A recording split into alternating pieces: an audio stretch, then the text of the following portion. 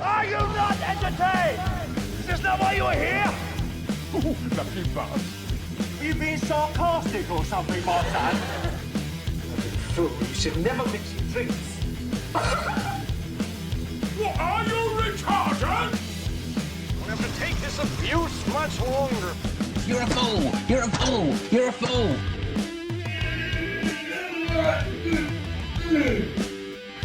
Oh, that's what we call diarrhea. You think this is a fucking joke? This ain't Kenny camera. There's no hidden cameras. Oh shit, I've said fuck. Oh fuck, I've said shit. Don't be an arse. Get a weapon collector, Ross. I could knock him out in the shed. Are you kidding me? That is crazy. I'm pissed off. I'm sad. I'm ashamed. Stop it, please. For God's sake, please stop it. There's no more time. Is this not why you are here? What do you mean there's no food? I'm sorry, sir. There is no food. But we're starving here. Sir, there is nothing we can do. Well, what about my family? Have you considered cooking something yourself? No, that's not an option.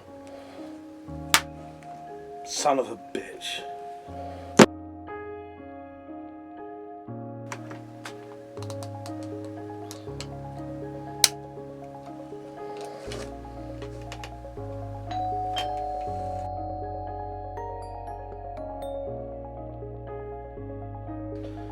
What is that?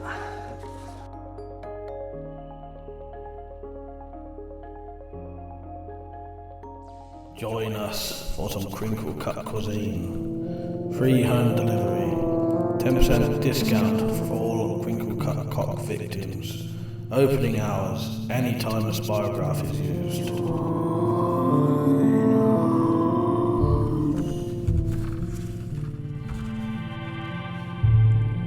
All menu items marked free are available when ordered after doing a spirograph. Similar to that shown on this menu. You will receive all the free options and much more. Call 45412. Spyro Demons are us.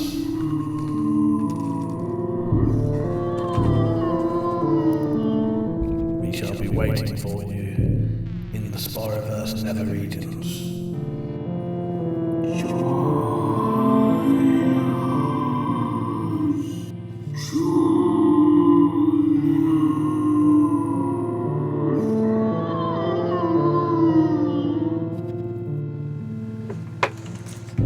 Thank you, Crinkle Cut Cuisine. What in tarnation's a skyscraper? It's a very tall building, Mr. Clampett. What in tarnation's a building? Ooh, of course we cannot accept that. Everyone knows the country's full name is Outer Mongolia. Good morning, Katie. Good morning, Bryant. How are you? Me? I couldn't be better. Yourself? Just fine. Damn it, everything on TV sucks. Yeah, that sucks. Maybe we should, get another TV. Shut up, buttwad. I'm trying to watch this crap. The important thing to remember when raising turnips is not to let them overcook. Hunger for peace and brotherhood. Hunger for food. It's pretty good. And now, back to asbestos in obstetrics. Damn it, this pisses me off. If we don't see some boobs or some explosions or some... poop. That'd be cool. Poop. Yeah. Or, like, some butts, then I'm gonna, get pissed off. Yeah, really.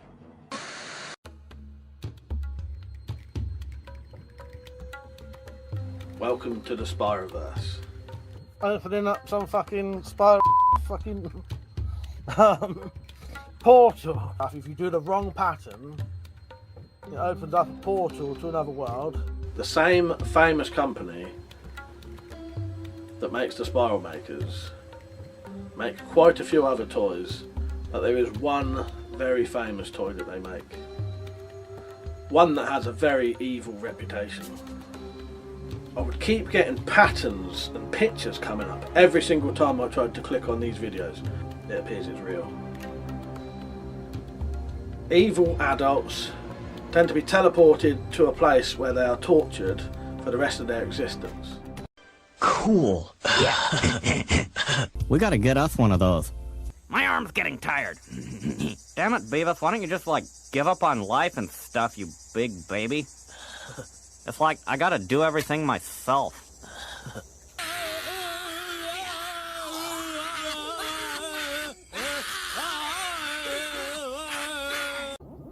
Hey, but I'm starting to feel weird. I think I'm freaking out. Okay. Well, this is cool. It's like everything looks all weird and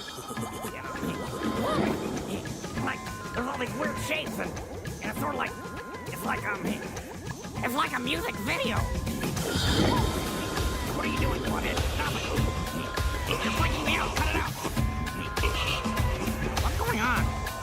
What?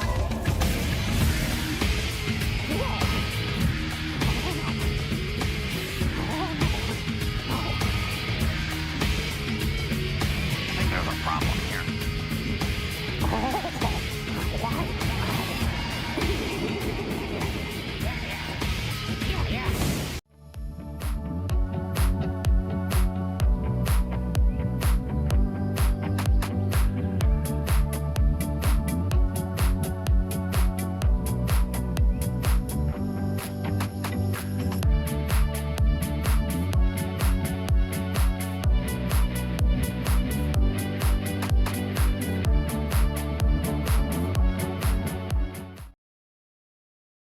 It's a tiny bunch of nutters being watched over by a large team of moderators who encourage these people to think they have something worth saying, and people like you take them seriously, whereas nutters should be ignored. That is the proper purpose of a nutter, to be ignored.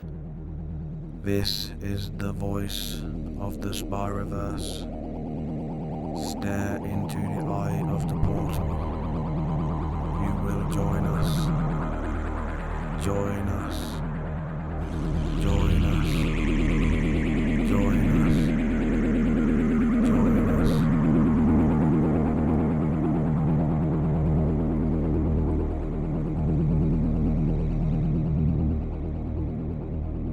You are about to watch a show so shocking, so terrifying, it can only be shown on YouTube. The Spyro Files. A registered nurse trained in the treatment of terror will be on duty during this showing of The Spyro Files.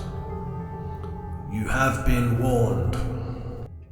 Hello and welcome to the Spyro Hunting and Intel headquarters. You don't need to know my name, but I'll be reading Zed Not Z's brand new book. Human names can be tricky. So you'll see myself reading the first part, and later on DC Hadafew from her very opulent office reading part 2. So I think I'll just get straight down to it and you will learn the story of Jimmy the Gimp. From me anyway. You'll have to get the rest from DC Hadafew. Human Names Can Be Tricky by Zed Not Z. Part 1, Jimmy the Gimp. James Patterson, known to everyone in the neighbourhood as Jimmy the Gimp, rang the doorbell to number 18 Spanker Road and smiled happily, thinking of the long thin brown package he'd put in his rather large backpack together with his schoolgirl uniform. Unfortunately, his rubber suit had split after many years of use while he was receiving his punishment from Winifred Pierce, otherwise known as Winnie the Whip. Jimmy had been bent over touching his toes, and the suit had been stretched as tight as a drum and was showing signs of strain. This, together with the mighty whack from Winnie's riding crop and an almighty surprise fart from Jimmy, had caused the somewhat ancient suit to suddenly give way. The resultant split reached all the way up his back. Jimmy had nearly cried, but a shriek of "You filthy bastard!" and an extra hard blow from the riding crop. Winnie had been taking a deep breath at that precise moment and had inhaled some of the fart. She had of course been less than pleased. She even claimed that she could taste it in her mouth. Had made him felt slightly better. He had of course ordered another suit online, but it had yet to arrive. The "how dare you wear my daughter's uniform, you must be punished" game they played was always good, but he'd missed his suit nonetheless. The door opening, he was greeted by Winnie's smiling face. "Hello, Jimmy," she said, stepping back. "Come on in. Kettle's about to boil, so it won't take a minute. Oh, and I've got to nip out to the supermarket before we start. I was going to do our favourite bacon and mushroom sandwiches for our supper, but the Marquis got at the bacon while I was answering the phone, so I have to go and get another pack."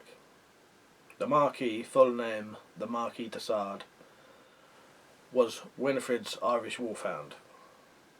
Well, that sort of thing's bound to happen if you own a dog that size.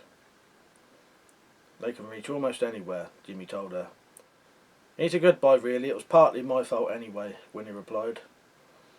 "I really should have put it in the fridge before answering the phone. He's in the back garden now, having a staring competition with a squirrel, which he'll most likely win," Jimmy said with a grin. "Most likely, yes," Winnie replied. "Now go and sit down and I'll get you that tea." Jimmy walked to the sitting room. He noticed something lying on the dining table. Looking more closely, he saw it was a spirograph.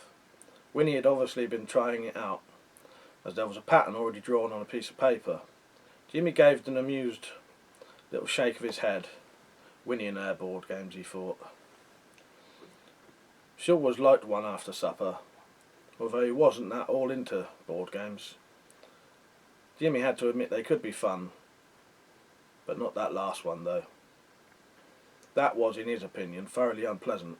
Pulling body parts out of someone while they were still awake was more like something an evil person would do to a captive than a fun game as far as he was concerned. In fact, he'd been quite surprised it was allowed to be sold to adults, much less children it was aimed at. It was almost like someone wanted to train children to be evil. The thing on the table looked innocent enough though. Mind you, he thought, you wouldn't want to get your cock caught in there. It'd probably end up looking like a crinkle cut chip or something. A vision of having to go to casualty department at the local hospital with the toy surgically removed came to his mind. The pain he could put up with, and probably enjoy, to be honest. But the embarrassment would be awful. Still, he wasn't about to dangle anything over or in the thing, so he would have no chance of that happening. Then he gave a short laugh and turned away. Sometimes his imagination could turn towards strange ideas. A crinkle cut cock indeed. Whatever next. Jimmy sat down in a large comfortable armchair he favoured and took the latest copy of Pleasure Through Pain from his backpack. He just started reading an article on the proper way to use thumb screws without causing permanent damage when Winnie came into the room with his tea. Thanking her, Jimmy took the tea and had a sip. "I see you've got a different game for us after supper," he said, smiling. "It was obvious you didn't like the last one," Winnie replied. "And when I saw this one, I thought it might be fun and a bit different. We can take it in turns using it, see what patterns we can come up with." "I see you've already been having a bit of practice with it," Jimmy said with a grin. "I wanted to check how it worked before we started it after supper," Winnie replied. "If you fancy giving it a quick go as well, feel free. You can finish off the pattern I started if you want." "I might do that in a bit," Jimmy told her. "And I'll try not to ruin what you've done already." Winnie glanced at the pattern she'd started and gave a short laugh. "I don't think it can be ruined," she told him. "It's a bit odd looking. Anyway, I must be off. I'll see you in a little while." Jimmy heard the sound of Winnie's car heading off and took another sip of tea. Good old Winnie, he thought. It's just like her to worry about supper. He and Winnie had been friends for years and were very fond of each other, and once a week Jimmy would go to her house to receive his proper punishment. Winnie had given up the dominatrix business before she moved to their town, having made enough money from the wealthy, and in more than a few cases influential, clientele, to live comfortably without having to worry about bills. She did, however, spend 1 week a month visiting her old clients for old time's sake. And although she didn't charge them, they liked to give her a tip after each session. These tips were usually very generous, which gave Winnie a little extra income. And of course, she didn't charge Jimmy either. He had to admit he had missed his sessions with her while she was away, but it was only once a month, so he couldn't really complain. Once he finished his tea, Jimmy opened his backpack and first took out the long package, then the costume for the evening. Standing up, he changed into the schoolgirl uniform. He got the idea of it wearing it from a music video he'd seen. The American singer had been wearing one. He couldn't quite remember her name. He thought it was something like Normandy Javelins. Although because it was a pretty warm evening, he decided to leave the blazer off until later. Then he dipped into the backpack once more and removed the new addition he'd bought. It was a blonde wig with pigtails. This will give Winnie a laugh, he thought, and I'm sure she'll think of a new reason to punish me for wearing it. He had a vision of an outraged Winnie saying something like, "You're wearing my wig as well? That truly is naughty. You deserve a harsh punishment for that." And Jimmy had bought just the thing to be used in such a punishment. Setting the wig on his head, he picked up the brown paper package and opened it. Inside was a leather cat-o'-nine-tails. Just the job, he thought, gleefully, and ran the long strips of leather through his fingers, imagining Winnie wielding it with a will. The thought excited him, and he thought, "No, I mustn't think of it now. I must wait till Winnie gets back. I'll have a go at the spirograph. That should calm me down." Quickly moving to the table, he placed a cat-o'-nine-tails on it, and then sat down looking at the pattern Winnie had started. He had to admit Winnie was right. It did look a bit odd, but you could do better ones with a bit of practice. Perhaps if you finished this one off, he'd work out how to make the best patterns. Pulling out a chair, Jimmy sat down and looked more closely at the pattern. Perhaps a bit more blue would make it better, he thought. And picking up the blue pen, set to work. It didn't take long before he realised the blue wasn't working. If anything, the pattern looked even odder than before. Maybe red would be better. It's worth a try at least, he thought. But that didn't work either. All it did was mix with the blue to produce a nasty looking purple. So he tried adding more green. Unfortunately, after a couple of goes, the only difference it really made was to put quite a large hole in the centre of the pattern where the lines crossed. "Bugger," Jimmy said, getting annoyed. He was glad that Winnie had put a cork mat under the paper though, otherwise the table could have been marked. Bloody thing's ruined. Right, I'll try again. I'm not having a kid's game beat me. Now where did Winnie put the paper? Spotting it on a coffee table, he went over and picked up a new sheet and then returned to the dining table. Now that's strange, he thought. The hole looks like it's got bigger. Oh well, the paper must have been stretched too tight. I'll have to make sure I don't do that. Then he sat down and started to pull out the pins that held the paper down, or at least he tried to. For some reason the pins wouldn't budge. "Sodding thing," Jimmy muttered. "Now the bastard pins won't come out. Well, I'm not having that. Winnie would take the mickey out of me for ages if I couldn't get them out." So saying, he leant further forward, braced himself with one hand and tried again. The pins still refused to move. Jimmy stood up and took a deep breath. "Those bastards are doing it deliberately, I'm sure of it," he muttered. "Well, I'll show them. They're coming out even if I have to get something to lever them. I'll try one more time, then I'll take a spoon to them." He glowered at the pins. "That'll teach them. Oh, and look at the thing. The hole's got bigger. It's bloody deliberate, I swear it is. Trying to annoy me, I can just tell." Once again, Jimmy leant over the table and reached to get a grip of one of the pins. As he did so, he noticed something strange. There appeared to be a light shining in the hole in the pattern. "I wonder what's doing that," he thought. He knew Winnie wouldn't have damaged the table, but maybe she fixed a bulb into the cork mat as a bit of fun in case he went through the paper. Perhaps there was a rule about not going through the paper. A light would definitely show if either of them did so. Standing up again, he lifted the cork mat for any wires and batteries. There weren't any. This confused him for a second. Then he realised it couldn't be a bulb anyway. That would make the pattern go wonky when the pens went over it. Something had to be causing the light though. Filled with curiosity, Jimmy leant over the pattern, lowered his head to just above it and looked into the hole. He couldn't see anything in there but light. Then he realised the hole was growing, and quite quickly. Jimmy didn't like the look of this at all. and he tried to stand up and move away, but he couldn't. It was as if something held his head in place. Now thoroughly frightened, Jimmy deliberately tried to release himself from the grip of whatever was holding him in place.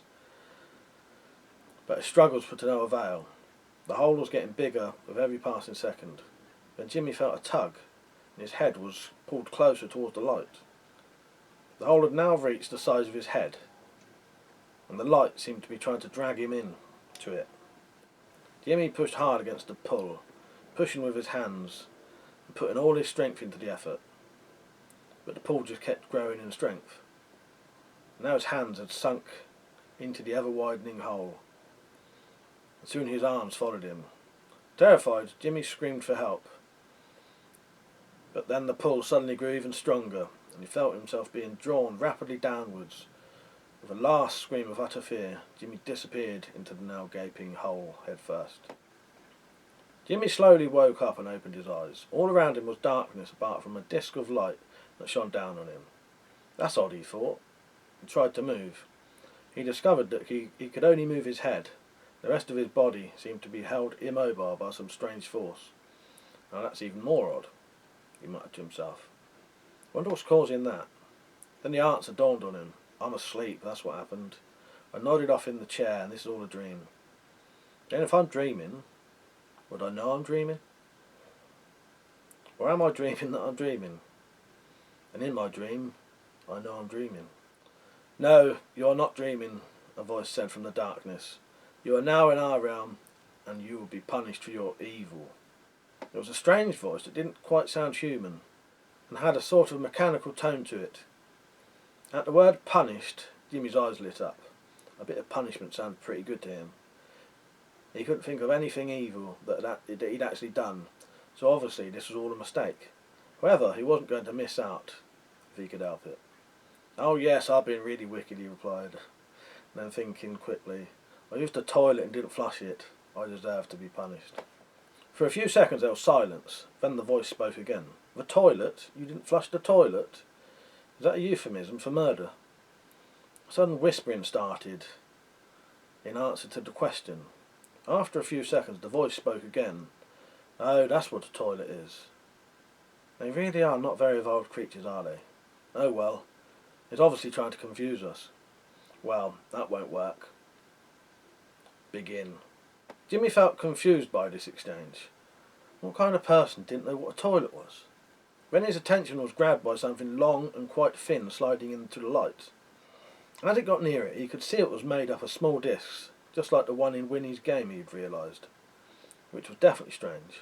The thing writhed almost sinuously as it moved closer. Then it lashed out, suddenly extending to make contact with his body. Jimmy felt the small spikes digging into his flesh. Jimmy's cry of pain was quickly followed by a moan of pleasure. The thing, Jimmy realised it was some kind of whip, quickly withdrew and paused, as if confused.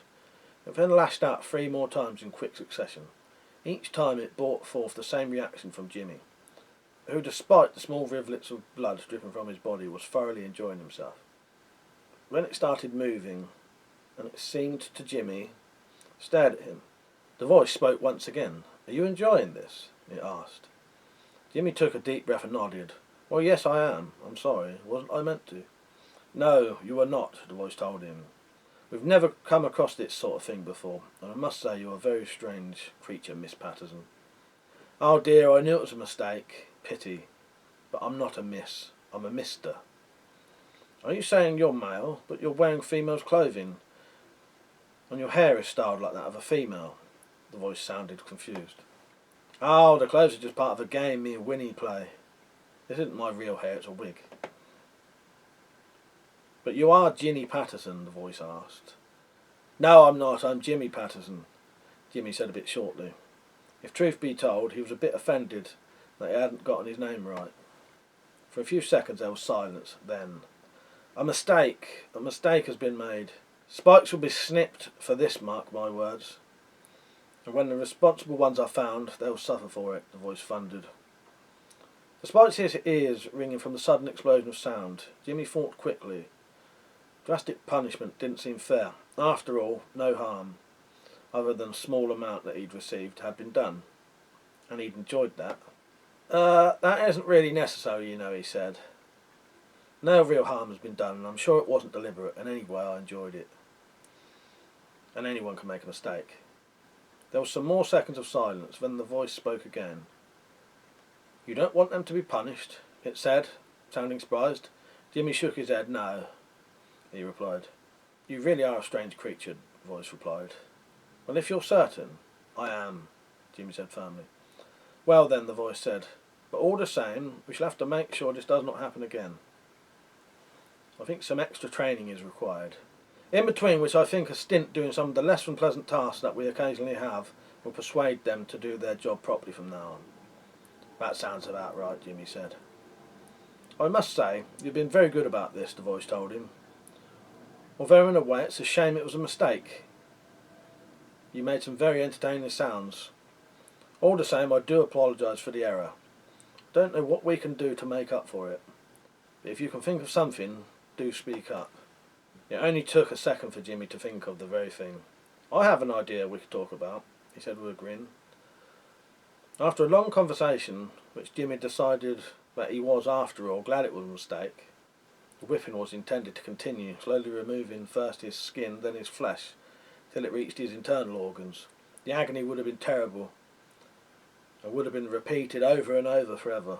They came to an agreement, one that pleased both parties. If you're certain that is what you want, then that is what we'll do, the voice told him. But if there's anything else you'd like, just say. Jimmy thought for a second, then said, well, there is something else you could do. What is that? The voice asked. Before I go back, I was wondering if you could, if we could what? Jimmy gave a hopeful little smile. Hit me maybe one more time. Jimmy woke up sitting in an armchair, feeling fine. There was no soreness and no signs of any blood. For a second or two he felt confused.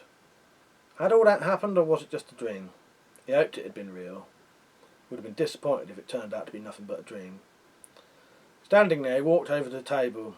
To his great relief, he saw the pattern had gone. All that was left was a large hole with burnt edges where it had been. Quickly, Jimmy pulled out the pins and crumpled the paper.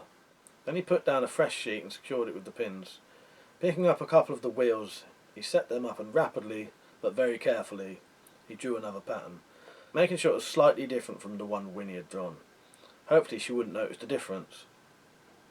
He put the crumpled piece of paper into his backpack, stuffing it down to the bottom, underneath his everyday clothes. Then he went back to his armchair, picking up his copy of Pleasure Through Pain, and sat down to wait for Winnie to return. Jimmy had just finished reading another article on the benefits of plastic clothing pegs over wooden ones. They were easier to clean and more hygienic when used in certain parts of the body, apparently. Admittedly, this was part of the body Jimmy didn't have, but he found the article interesting nonetheless. When he heard Winnie's car drive up into a driveway, a minute later he heard Winnie's keys in the lock. Then he heard a call out, "Could you give me a hand, Jimmy? My bloody leg hurts." Jimmy jumped up from the armchair and rushed to the hallway. "What's happened?" he said anxiously, seeing Winnie holding onto the door frame, her face pale. "A silly bitch let her kids push their trolley around the car park. They were pushing it around too fast and hit my leg with it. The first aider in the store said he didn't think anything's broken, but it is painful." "I'll get you sitting down and I'll have a look at it," Jimmy told her as he helped her into the sitting room.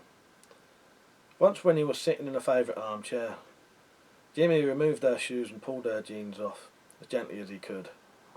Winnie's knee looked a bit swollen, and there was the beginning of a large bruise on her ankle. "Can you still bend your knee?" he asked. "Yes, but it hurts when I do. Same with my ankle." "No grouching or clicking?" "No, it just hurts." "It's probably just bruising then," Jimmy said, relieved. "You just sit there and I'll get some ice to put on your knee. I've got some good painkillers in my bag. A couple of those, a nice cup of tea, and you'll start to feel better." "Thanks, Jimmy. A couple of tea and painkillers would be just the thing." Then a thought occurred to her. "Oh, Jimmy, I'm sorry. I don't think I'll be able to punish you tonight."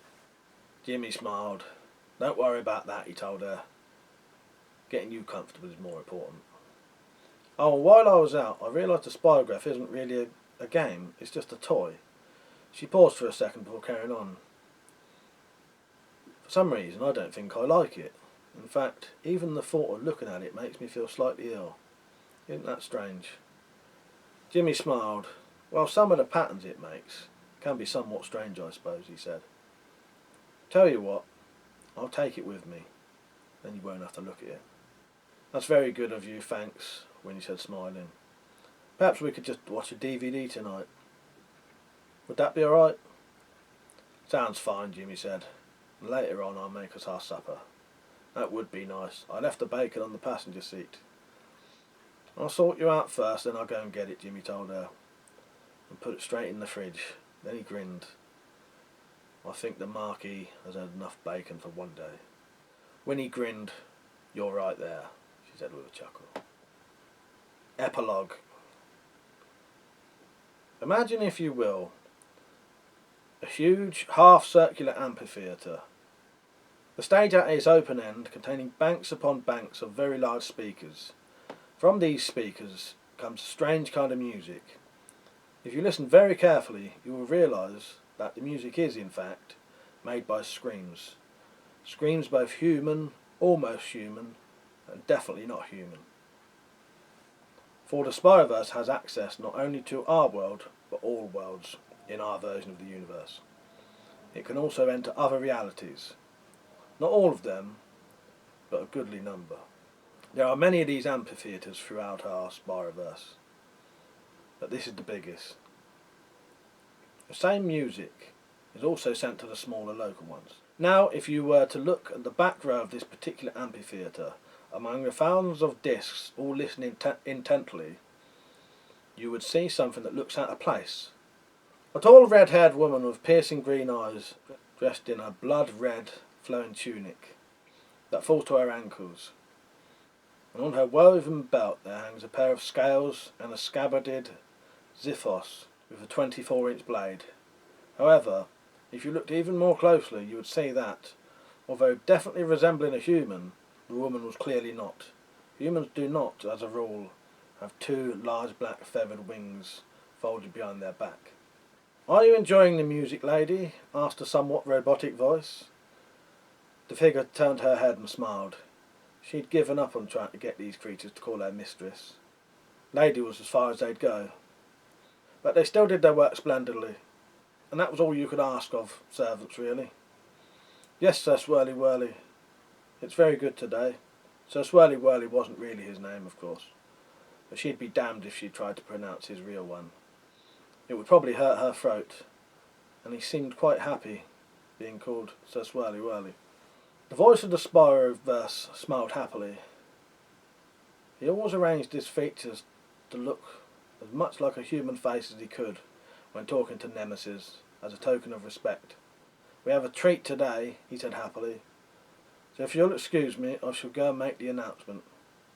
The figure smiled and said, by all means do so. Floating down to hover at the front of the stage, Sir Swirly Whirly waited till the music slowly faded and the whirring and clicking, the Spider-Verse version of applause, had stopped before he spoke. Now is the time we have all been waiting for, he said, his voice echoing around the amphitheatre. Once again our star performer is with us. He paused for a second to let the excitement build. So now, let me introduce once again your friend and mine, Jimmy the Gimp. The audience went utterly wild. Jimmy Patterson was a happy man. No longer would he have to do without his deserved punishment while Winnie was visiting her old customers. Once every month while she was away, he visited his friends in the Spider-Verse. This was the deal he made with them, and both sides were very happy with it. Naturally, the punishment had been moderated somewhat, being enough to hurt a fair bit but not enough to do real damage.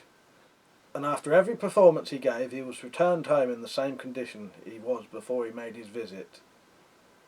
And so, making sure his new gimp suit was firmly zipped, Jimmy nodded into the darkness and said, I'm ready.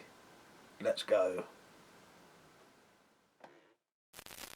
Absolutely phenomenal deal we have for you. Forecast is one of the top-selling mugs ever. Straight from the WC collection.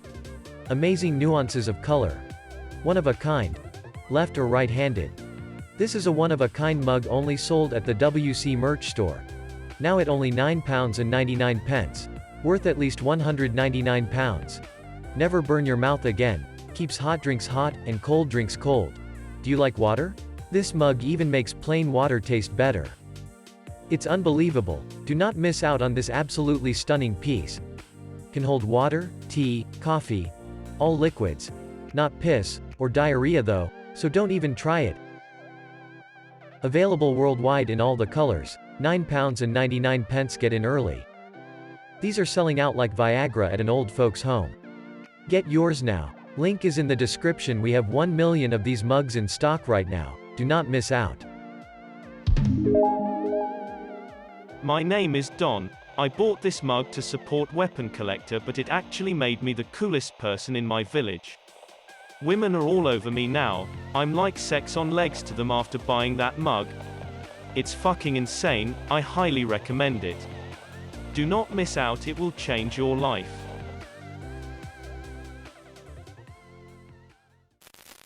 Good day mate, get yourself a Weapon Collector pint glass today, only £11.16, you'd be a fool not to.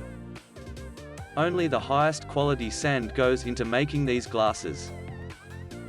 Are you right-handed, or left-handed? Maybe you only have feet? You can hold this glass any way you like, hold it with your cock, if you're that way inclined. Get in quickly, this pint glass has already sold 10,000 units in Australia alone.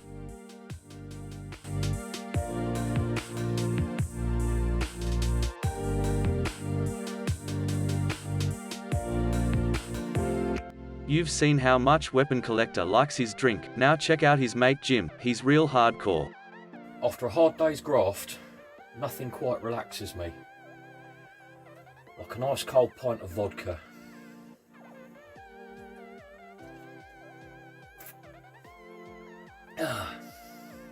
God dear. So don't be an arse. Get a Weapon Collector glass.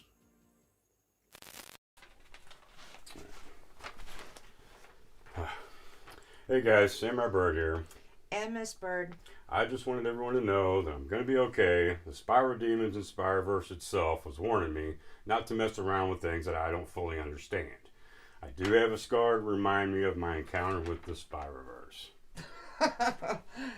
Don't let him fool you. This fucking Spyroverse shit is bullshit.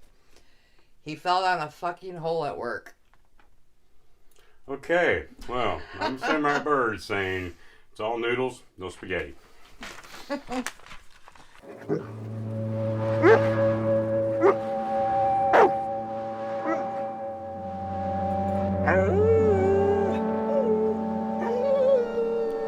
Monty always has your back. He'll remind you to protect your sack. Buy your safety broomstick attachment from all good stockists now. And don't forget there's the retractable version. Please follow the instructions. Makers cannot be held responsible for accidents from misuse. Do you have a friend or relative in the Spyroverse you're trying to communicate with? Welcome to Spyrocom. It's cheaper than getting your dick chopped off.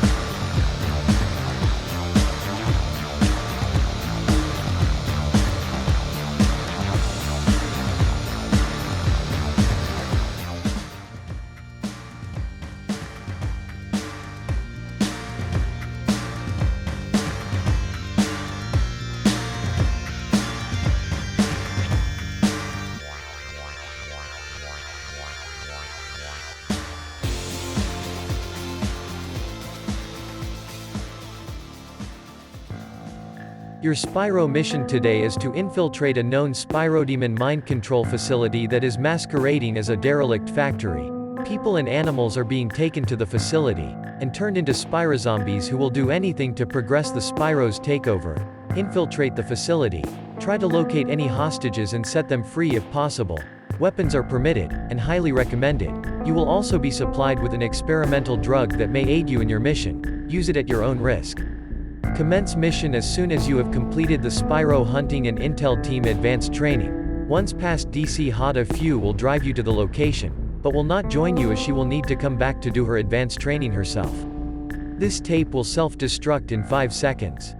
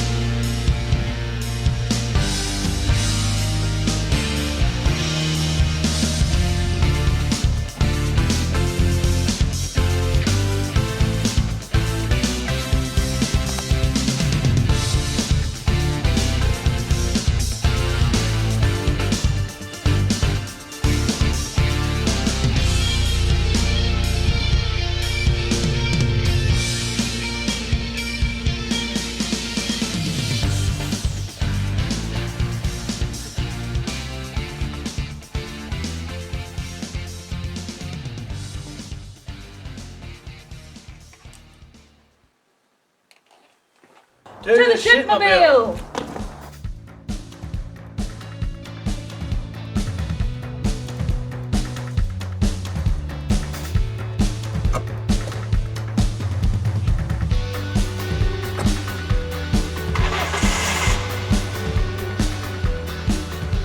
I think this is going to be a long journey, Hadafew.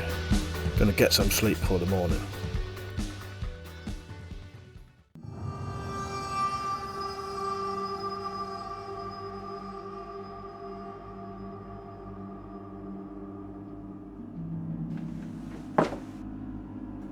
Cheers for the lift, Hadafew. I've just climbed over the fence. Doesn't look like anyone's here at all. Seems completely deserted to me. I'm going to see if I can make my way into the building.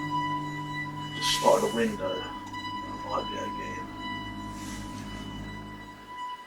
in. Alright. Good luck with your test today. See you later.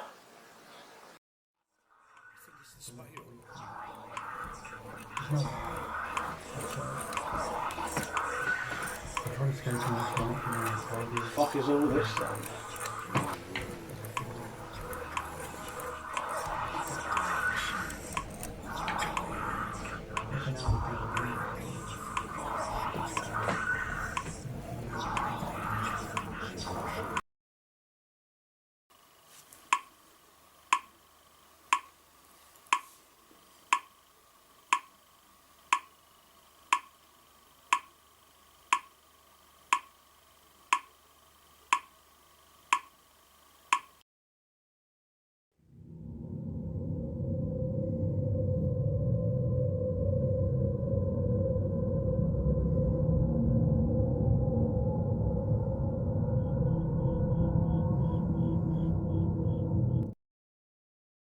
still here.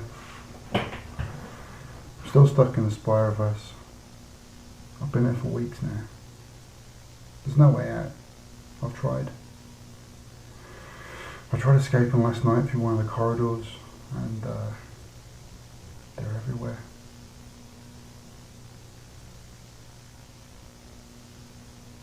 Every now and again they ring a bell, and that's when you know they're coming.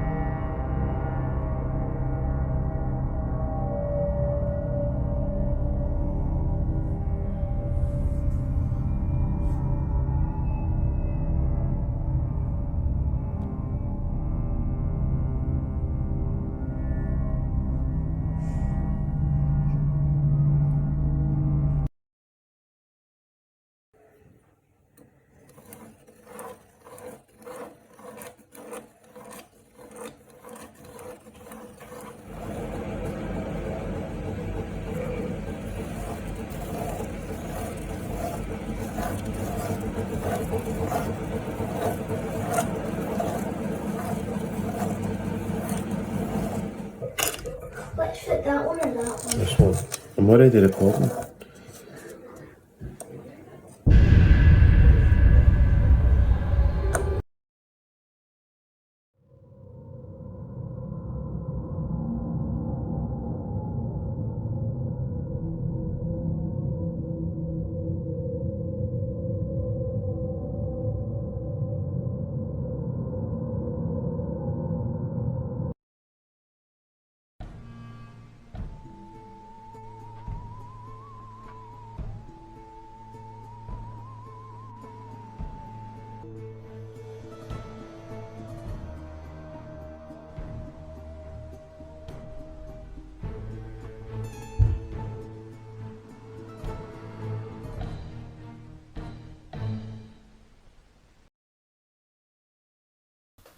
Someone's come in. I think it's the Spyro.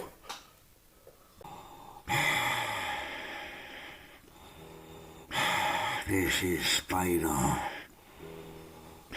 You will fall to the power of the dark side of the trail.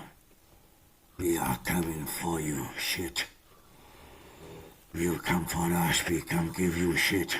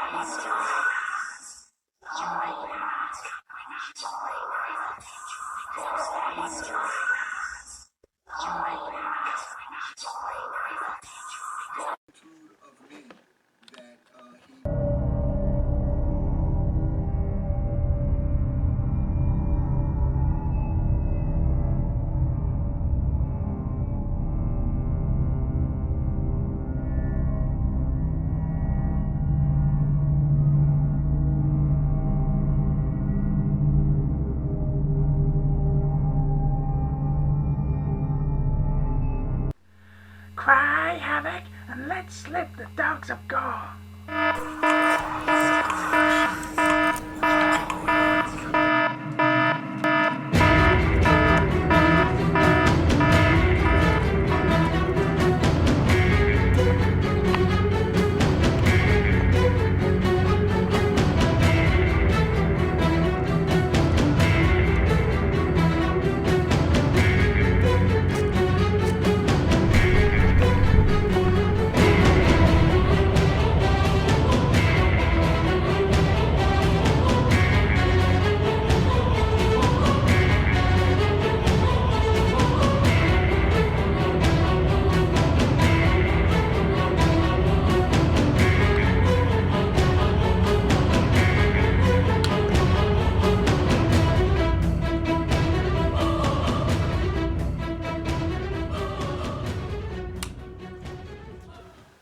I've managed to capture a Spyro hound.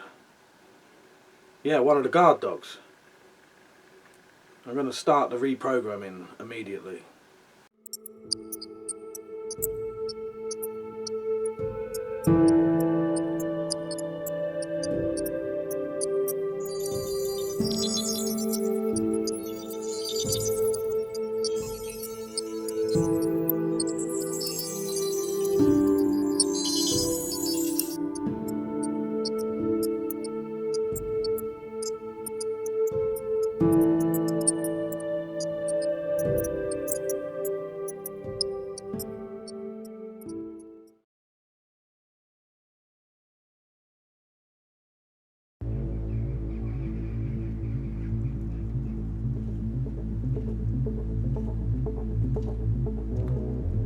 Revenge is like a medium hot curry.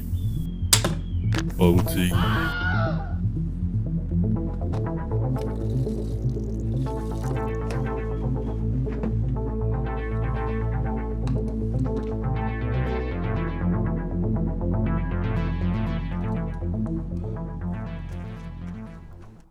Another close call there. Luckily I managed to press the release button to all the cells just before I escaped, because it now looks like from the news reports that that place is on fire.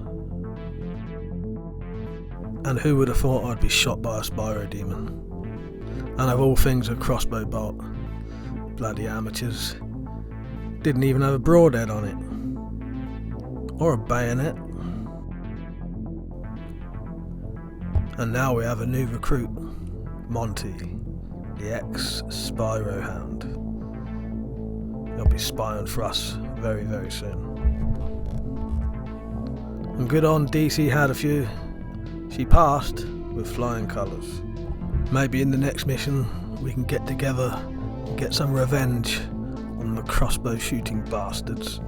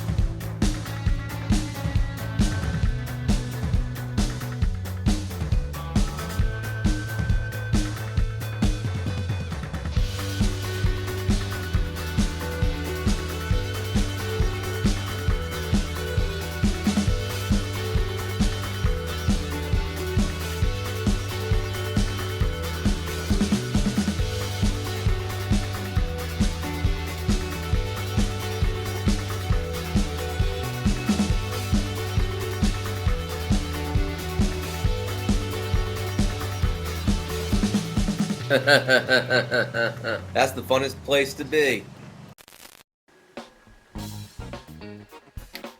Welcome to the Weapon Collector's shopping channel. The only place you'll find all Weapon Collector's merchandise. Mugs, banners, t-shirts, glasses, and lots more. All found on the Weapon Collector's shopping channel. Now that is some good coffee. But that is actually the cheapest coffee you can buy. As soon as you put it in a Weapon Collector mug, this is gourmet shit basically. It's essentially the cheapest you can buy. Anything you put in a Weapon Collector mug will just be transformed into the ultimate drink. But that is just beautiful. Don't forget your pint glasses.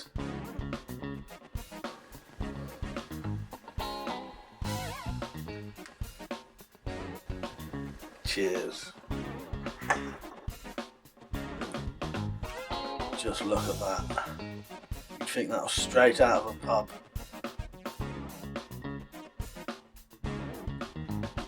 Nothing says refreshing pints like a Weapon Collector pint glass. Don't forget the t-shirts. And there also isn't just t-shirts. There is literally all kinds of clothing you can buy in the Weapon Collector range. Different designs as well. You can get the knuckle design, you can get the thumbs up merch. I'll drink a bit more of this while I'm here. And much, much more. We've even got Christmas clothes if you want it. Don't forget your banners while you're there. We all love the Weapon Collector weapon boards. Now you can own your own in your own home. No worries about any issues with police or locking your guns up. Can't take these away. You've heard me talking about the merch. If you don't believe me, listen to these happy customers. This is the best mug I ever bought, and I have thousands of them. Go anywhere in a Weapon Collector t-shirt.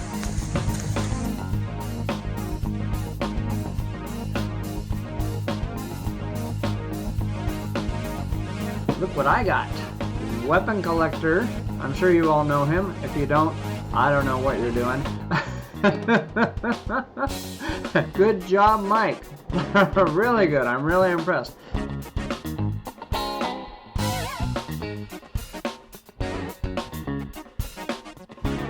Hey, get yourself a mug today.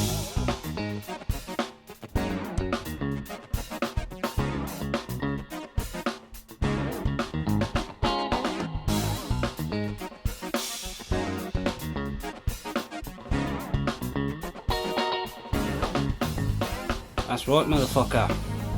Weapon Collector merchandise. I joined the bandwagon. Everybody loves a bit of bottom. Even Balisong knives are better with Weapon Collector merch. So there you go. Weapon Collector merchandise. Link is in the description. Or just go to the website as shown on the screen. Cheers.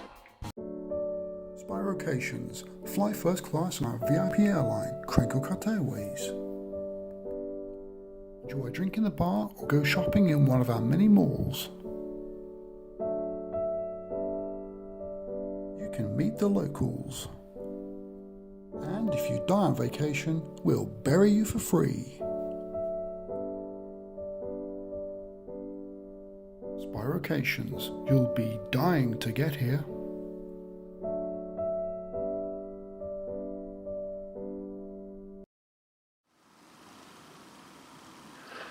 I officially became a member of a very elite club this week, the Spyro Hunting and Intel team.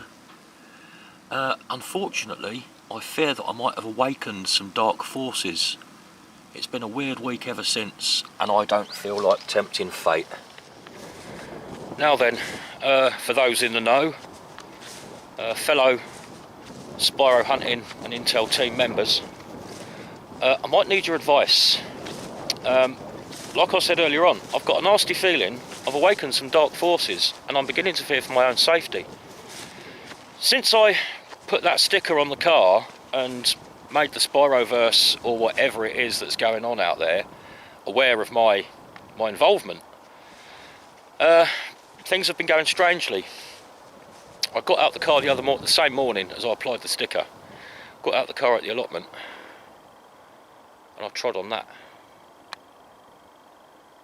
I haven't seen one of these in 35, 40 years probably. And the very same morning that I made it known on my car that I'm a member of the Intel team, that happened. I spent all day yesterday trying the broom thing, but I think I misunderstood that. It's just left me with a bit of a limp today, to be honest. I don't really fancy doing that again. Mike, Zed, anybody, if you've got any advice what I can do. I don't know whether I should burn this, I don't know whether I should keep it, I don't know whether I should throw it to the winds. Let me know before it's too late. I did even take a slight precaution today, just coming up here. You know, I'm taking things easy and just not tempting fate. I'm trying to keep myself safe from whatever demonic activity it is that I've awoken. You know, in the old vampire films, if you came across Bela Lugosi or Peter Cushing, you'd hold up a Bible. I'm hoping that if anything happens today, I can just do this. Okay, so very importantly, fellow Spyroverse Intel team agents, please advise, what do I do with that little Spyro disc? I don't want to anger the gods. At the same time, I don't want to bring myself any undue woes. I'm thinking burning. Let me know. Oh, my knee. I'll see you later.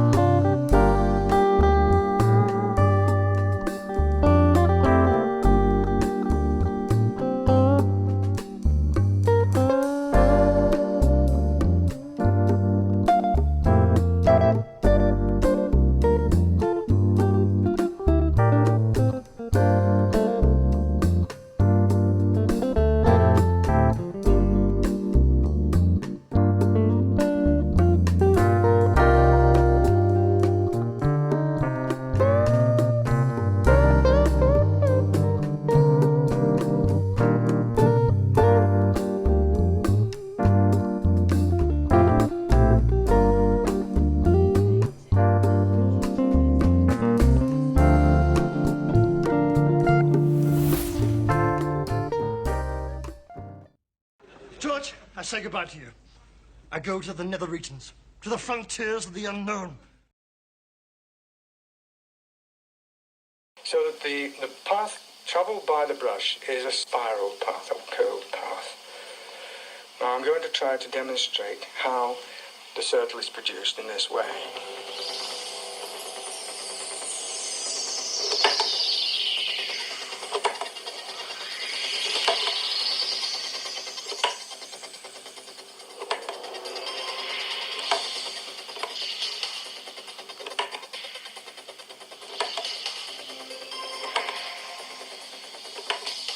Notice that the gaps are being filled in on each successive rotation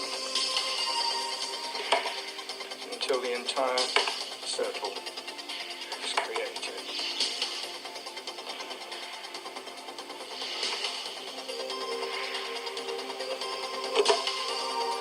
actual shape of the spiral depends on the relative rate of outward sweep and rotation. This is a very short spiral, but sometimes they can go all the way around. It was overcast, no sunshine, a sort of a dull-ish sort of day. It's this field here. It was in winter barley at the time. It's a cornfield most of the time. And looking across, diagonally, looking at the wood behind, it was to the left, about halfway along the wood line that you can probably see on the film. The first one, where I stood in the field nearby.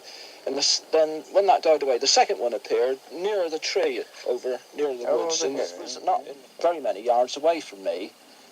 But the important point about it that struck me with it was the circular motion of the ashes in the grit on the ground. It's just rotating at a high speed on the ground, about 2 feet wide, 2 feet 6 perhaps on the ground. And that was unusual. That was one of the unusual things about it. And this went on for several minutes. And then this died away, and then another one appeared about 200 yards from me then, in the other corner of the field. And this was a similar situation, again, lasting about the same time. I've worked these fields for 50 years, and I've never seen anything like it before, nothing at all like it. Good evening.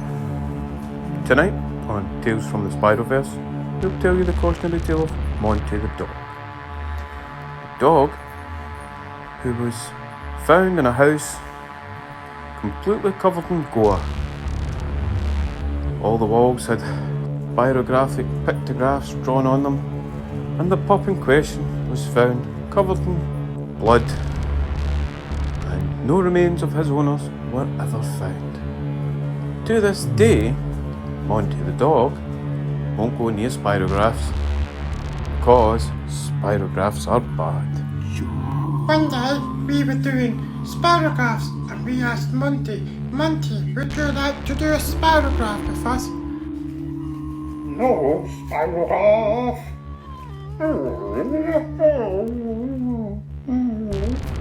Monty said you can fuck right off with your spirograph bullshit. No, spirograph.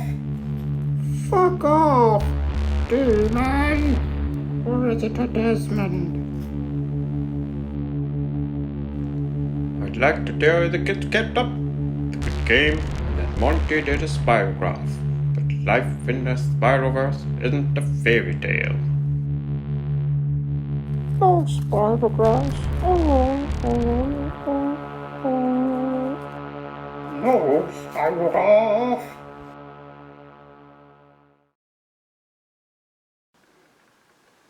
People of YouTube, I'm here to speak to you about a subject of considerable gravity, a subject that affects each and every one of us. I refer to, of course, our great failure to stop all Spyro demons. The Spyro Hunting and Intelligence team is here to unite our great community in stopping all Spyro demon activity. There comes a time where everyone has to do their duty. And I'm here because your community needs you to join the Spyro Hunting and Intelligence team. Whether you become a fully fledged member of the Spyro Hunting and Intel team, like Timbo, DC had a few, or become part of the Shitmobile fleet, just like Jim M, DC had a few. Sign up is extremely easy. There's a link below in the description. Just go there, get yourself your Spyro Hunting and Intel team ID or Shitmobile badge. And don't forget, our community needs you. Right everyone, Weapon Collector here. Right, I'm just going to do a little bit of a serious little bit now because of the content that will be coming up next. So you will have noticed that tonight's premiere is age restricted, and now I'll let you know why. So tonight there'll be a reading of Zed's third book. It is a 2-part book, and the second part of the story will be shown just after this warning. Part 2 explores more sinister aspects of the sadistic nature of humanity, not to mention the Spyro Nether regions. And it will definitely be a lot darker and more graphic. So I just do want to warn you about that. What you are about to hear, you may not have heard descriptions like this. You know, I'm assuming most of you will, and all of you should be adults about this. So, you know, but I just want this warning out there. So because of the graphic and violent content portrayed, it may cause offence. As mentioned though, we're all adults here, so it should be fine. So if you are of a sensitive disposition, watch with caution. So there's your warning. Oh, one thing I would like to add though, just lastly, the people in the chat, this is very graphic what's going to come up. Try not to get too sort of pervy and weird in the chat if I was you, because you don't know what might happen with the moderators. Alright? So you have been warned. Alright? It's going to be very graphic, very violent, and I suggest not being too weird about it in the chat if you can help it. Alright?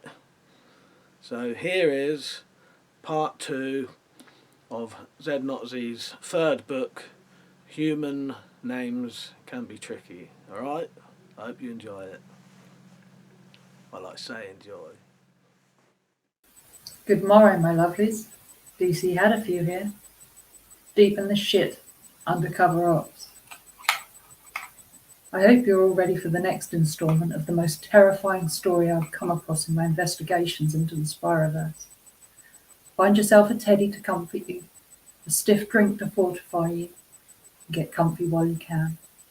This is about to get very uncomfortable, for at least some.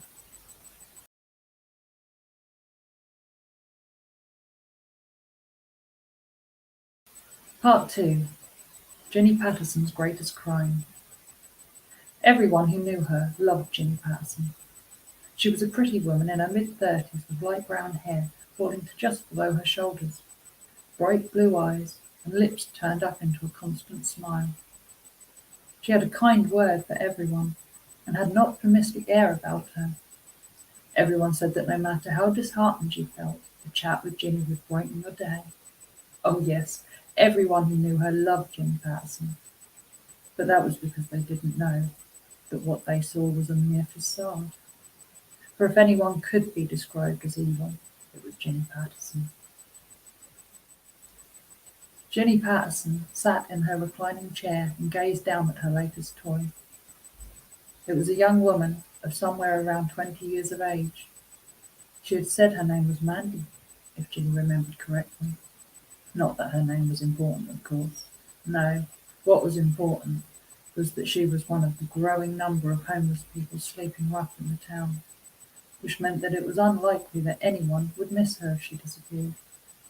Everyone would think she simply moved on, looking for a place where begging was more fruitful. Ginny smiled at herself, remembering her other victims had all been homeless people, and their deaths hadn't attracted much attention so far. So she was sure that this one wouldn't either. In fact, she was so sure of this, she was going to take things further this time.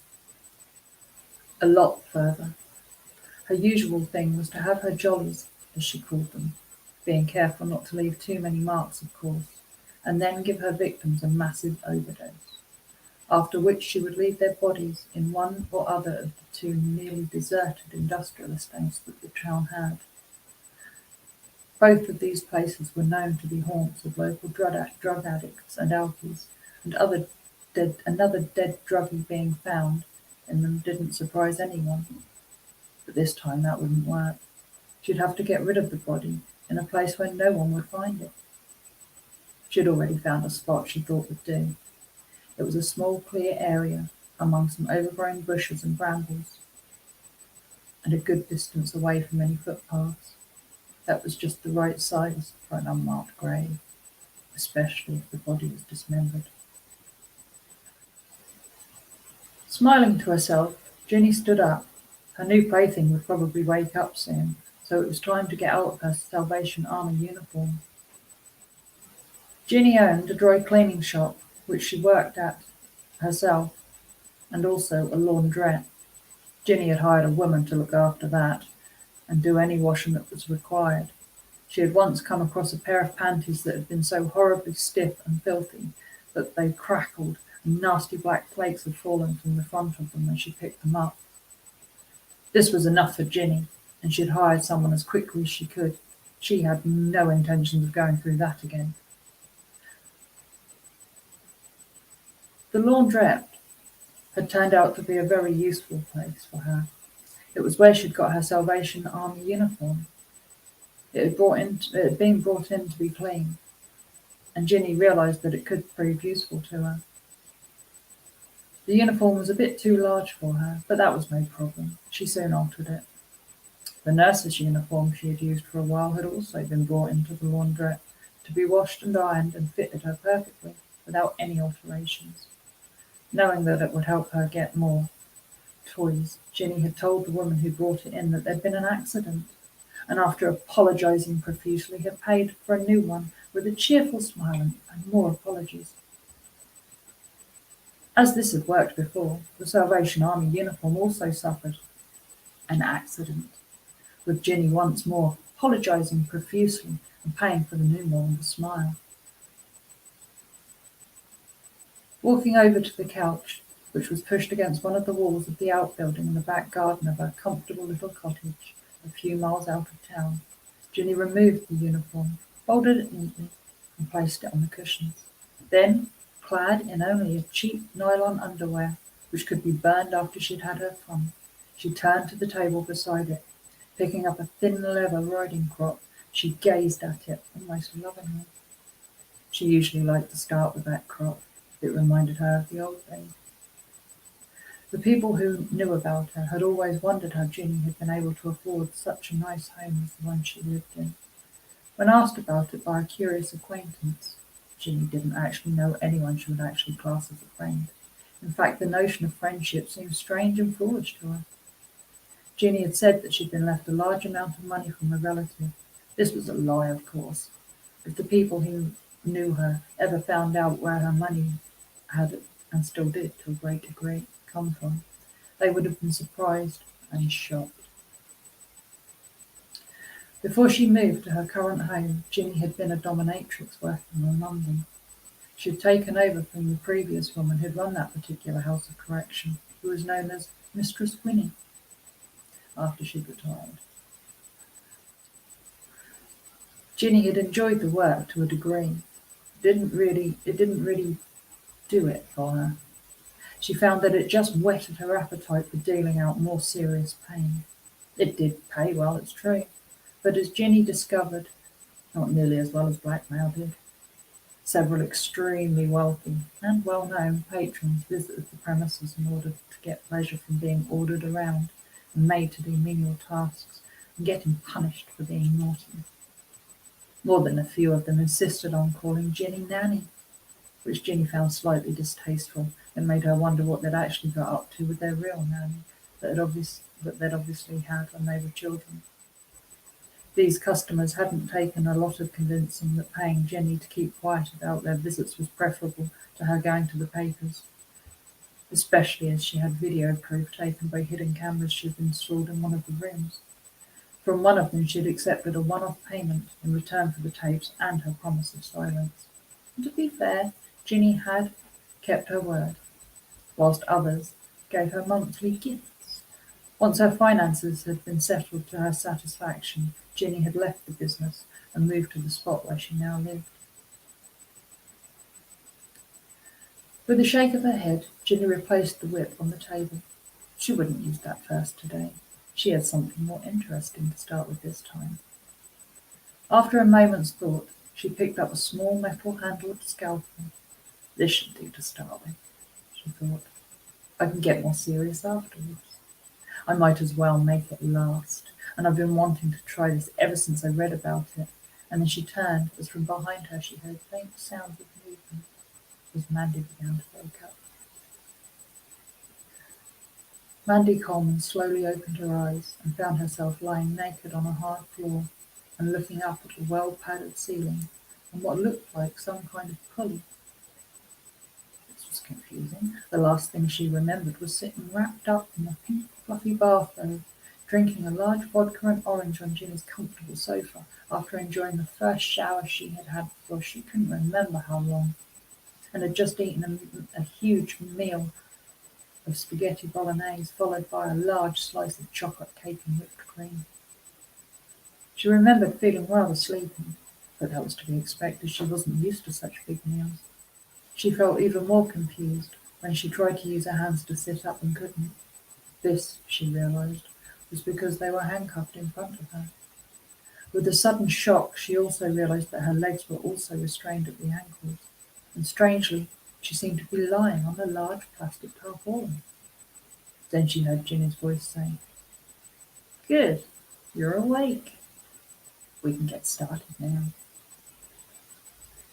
Mandy was just about to ask what it was they could get started with when she heard a click, followed by the hum of an electric motor, and felt herself being lifted into the air by her wrists. As she rose, she could see Ginny standing in front of her, smiling. "What's happening? Why am I handcuffed? What's going on?" she asked confusedly. "We're going to have some fun, you and I," Ginny said, moving to stand behind her. "Well, I say we, but I mean me really. I don't suppose you'll think of it as fun, to be honest." Mandy felt the first prickling of fear edge into her brain, and she tried to swing herself round to look at Ginny. She found she couldn't do so. Her feet wouldn't move enough. "Ah, no, you won't be able to do that. If you look down, you'll see that there's a chain on your manacles that slipped into a clamp, I suppose you'd call it. That stops you twisting round. After all, I wouldn't want you moving around much now, would I? It would make things a bit difficult. Oh, and if you're thinking of calling for help, I wouldn't bother. I expect you've noticed all the padding in here. Well, that's all acoustic membrane. It's on top of several other soundproofing layers," Ginny told her, and then she laughed. "I told the people who fitted it that I was turning this building into some kind of entertainment area. Which is true, of course, just not quite the entertainment that they were thinking of. So do feel free to scream. It's not as if anyone's going to hear you." "Scream? Why would I scream? What are you going to do to me?" asked Mandy with panic in her voice. Ginny slowly reached round with her left hand and cut one of Mandy's breasts, and she viciously dug her fingers into the flesh. Mandy let out a cry of pain and Ginny let go. "You felt that? Good. Well, that's nothing. As I've said, I'm going to have fun." And then she looked at the chains. "You know what? I think they could be a little tighter. Excuse me for a moment while I deal with it." Taking a step to the side, Ginny took hold of the winch controller and pressed a button. The winch hummed and the chains grew shorter. Mandy gave a grunt of pain as she was stretched taut. "There, that's better," Ginny told her. "I wouldn't want you to squirm around. It would make things a bit tricky." Then she raised a knife and pressed the tip of the knife against the skin of Mandy's back, and she drew it downwards an inch. Mandy gave a short hiss of pain, and a small bubble of blood formed on her skin. Ginny peered closely at the cut and smiled. "Well, now, I think that's just about right. Splendid. Now I'll carry on." Raising the knife again, she proceeded to make cuts a half-inch from each other until Mandy's back was covered in them. Then she stepped back and admired her handiwork. She felt slightly disappointed, as after her first hiss of pain, Mandy had remained silent with her teeth clamped together, determined not to give Ginny the pleasure of knowing how much that it had hurt. "Oh, it's like that, is it?" Ginny muttered, annoyed. "Well, that will soon change, believe me." And then she walked over to a table and picked up a plastic bucket before walking back behind Mandy. Digging her hands into the bucket, she drew out a handful of salt and slapped it across Mandy's shoulders, spreading it around and pushing it into the cuts. Then Mandy screamed. She couldn't help herself. It felt like her back was on fire. Ginny gave a happy grin. That was more like it. Mandy continued to scream as Ginny scooped more handfuls of salt from the bucket and spread them across the rest of her back. Stepping away from her, Ginny grinned happily. This was going well.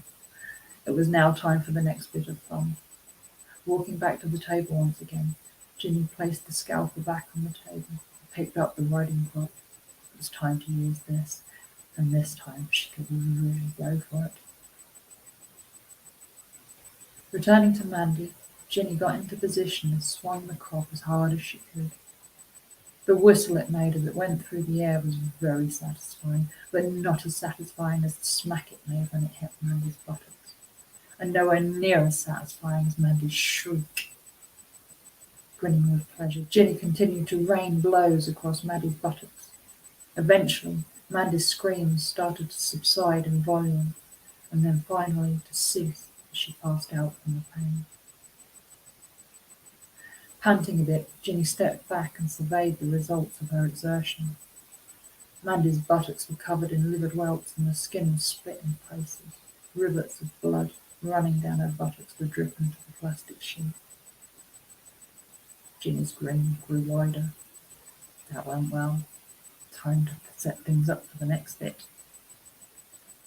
When she woke up again, Mandy found herself sitting upright in some kind of chair, her back and buttocks throbbing with pain. She could feel the plastic sheet beneath her, but the cushions it covered felt soft.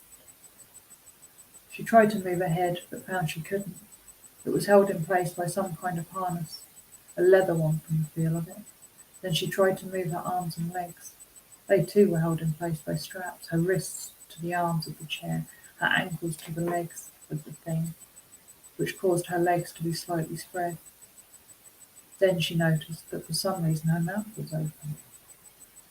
Automatically she tried to close it, but she couldn't. Something in the right side of her mouth was stopping her from doing so. Then she heard the sound of something being wheeled across the floor towards her. Ginny pushed the tea trolley near Mandy's head and beamed down at her captive. "Ah, you're awake again, I see," said Ginny happily. "Good. Time to carry on, then."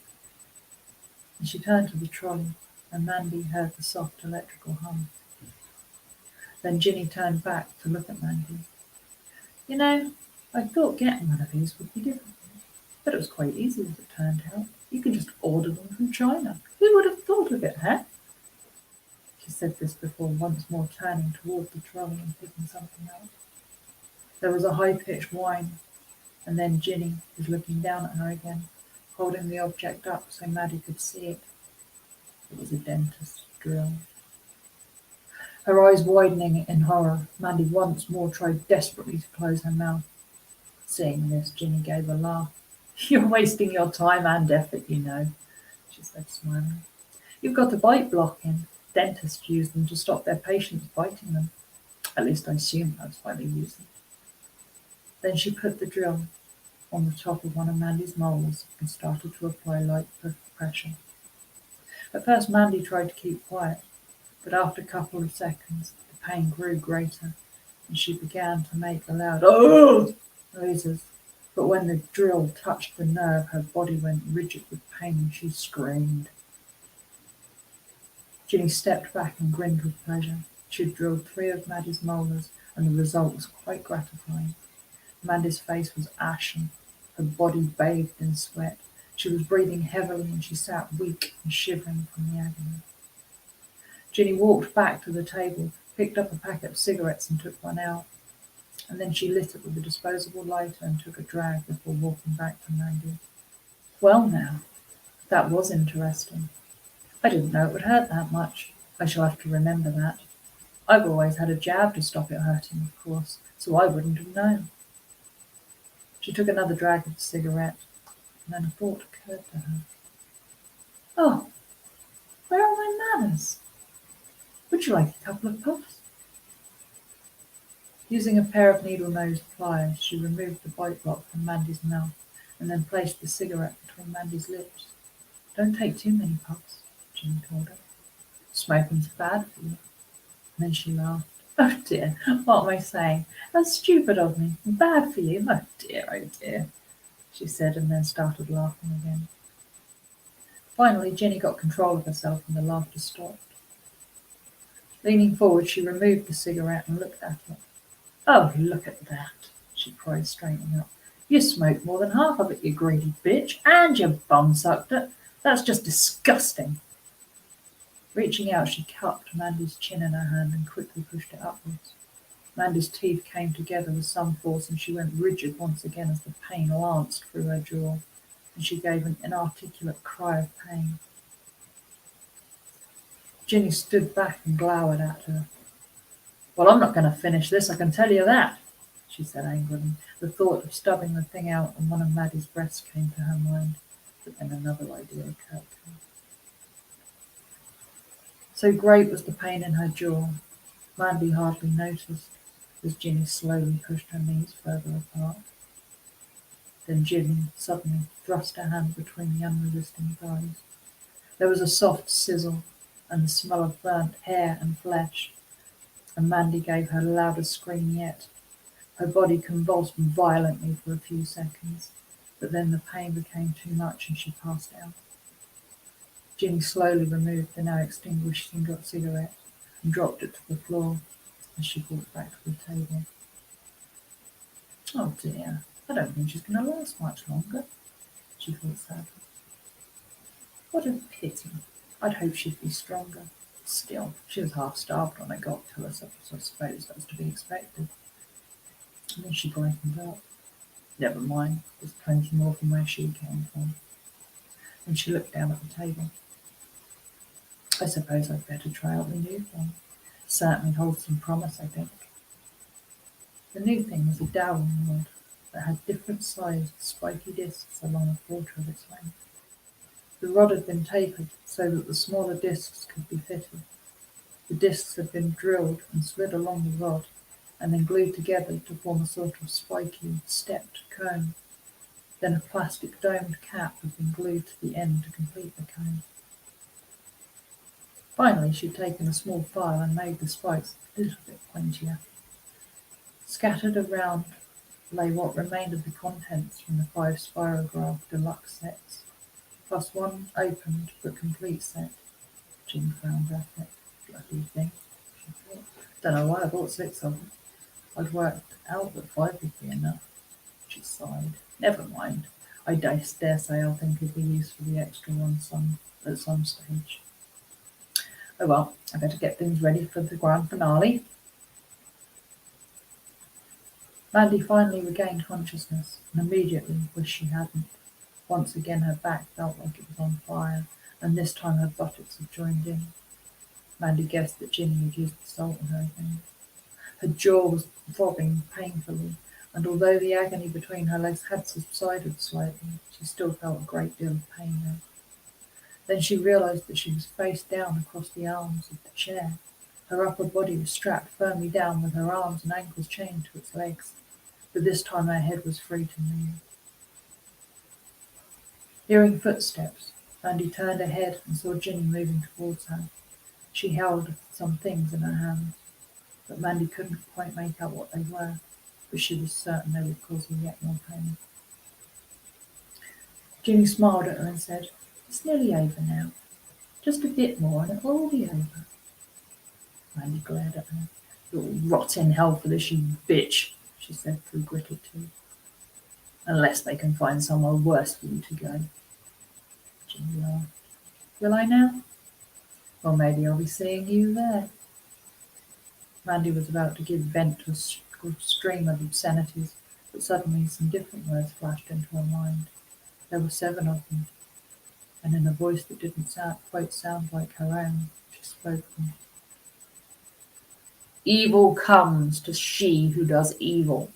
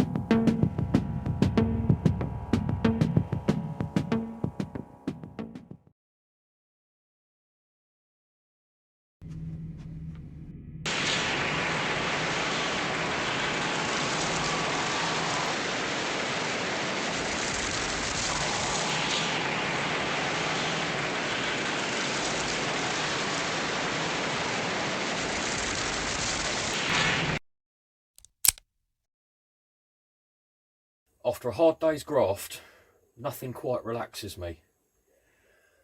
Like a nice cold pint of vodka.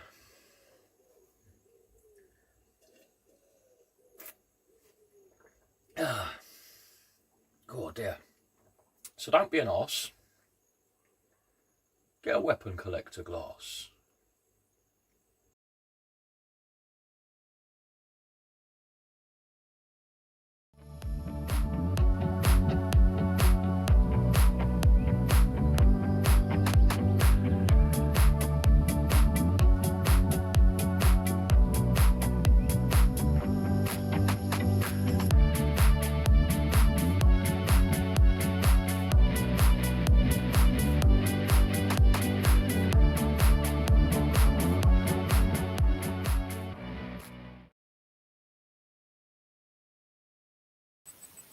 Mandy glared at her. "You'll rot in hell for this, you bitch," she said through gritted teeth. "Unless they can find somewhere worse for you to go." Ginny laughed. "Will I now? Well, maybe I'll be seeing you there."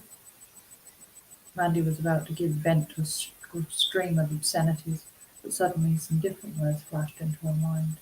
There were 7 of them, and in a voice that didn't quite sound like her own, she spoke them.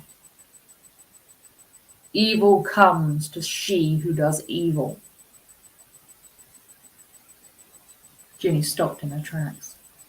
That wasn't Mandy's voice, and she didn't much care for the words it spoke, and the way that they were said made them sound sort of final. Then she shook herself and thought, it's probably the pain that she's in that made her voice sound different. And anyway, words can't hurt you. Then she walked forward again until she was standing behind her victim. "I think I should warn you. I think this is going to really hurt. At least I hope so. So I took a bit of time making it, and I'd be disappointed if it doesn't do the job." Then she bent down.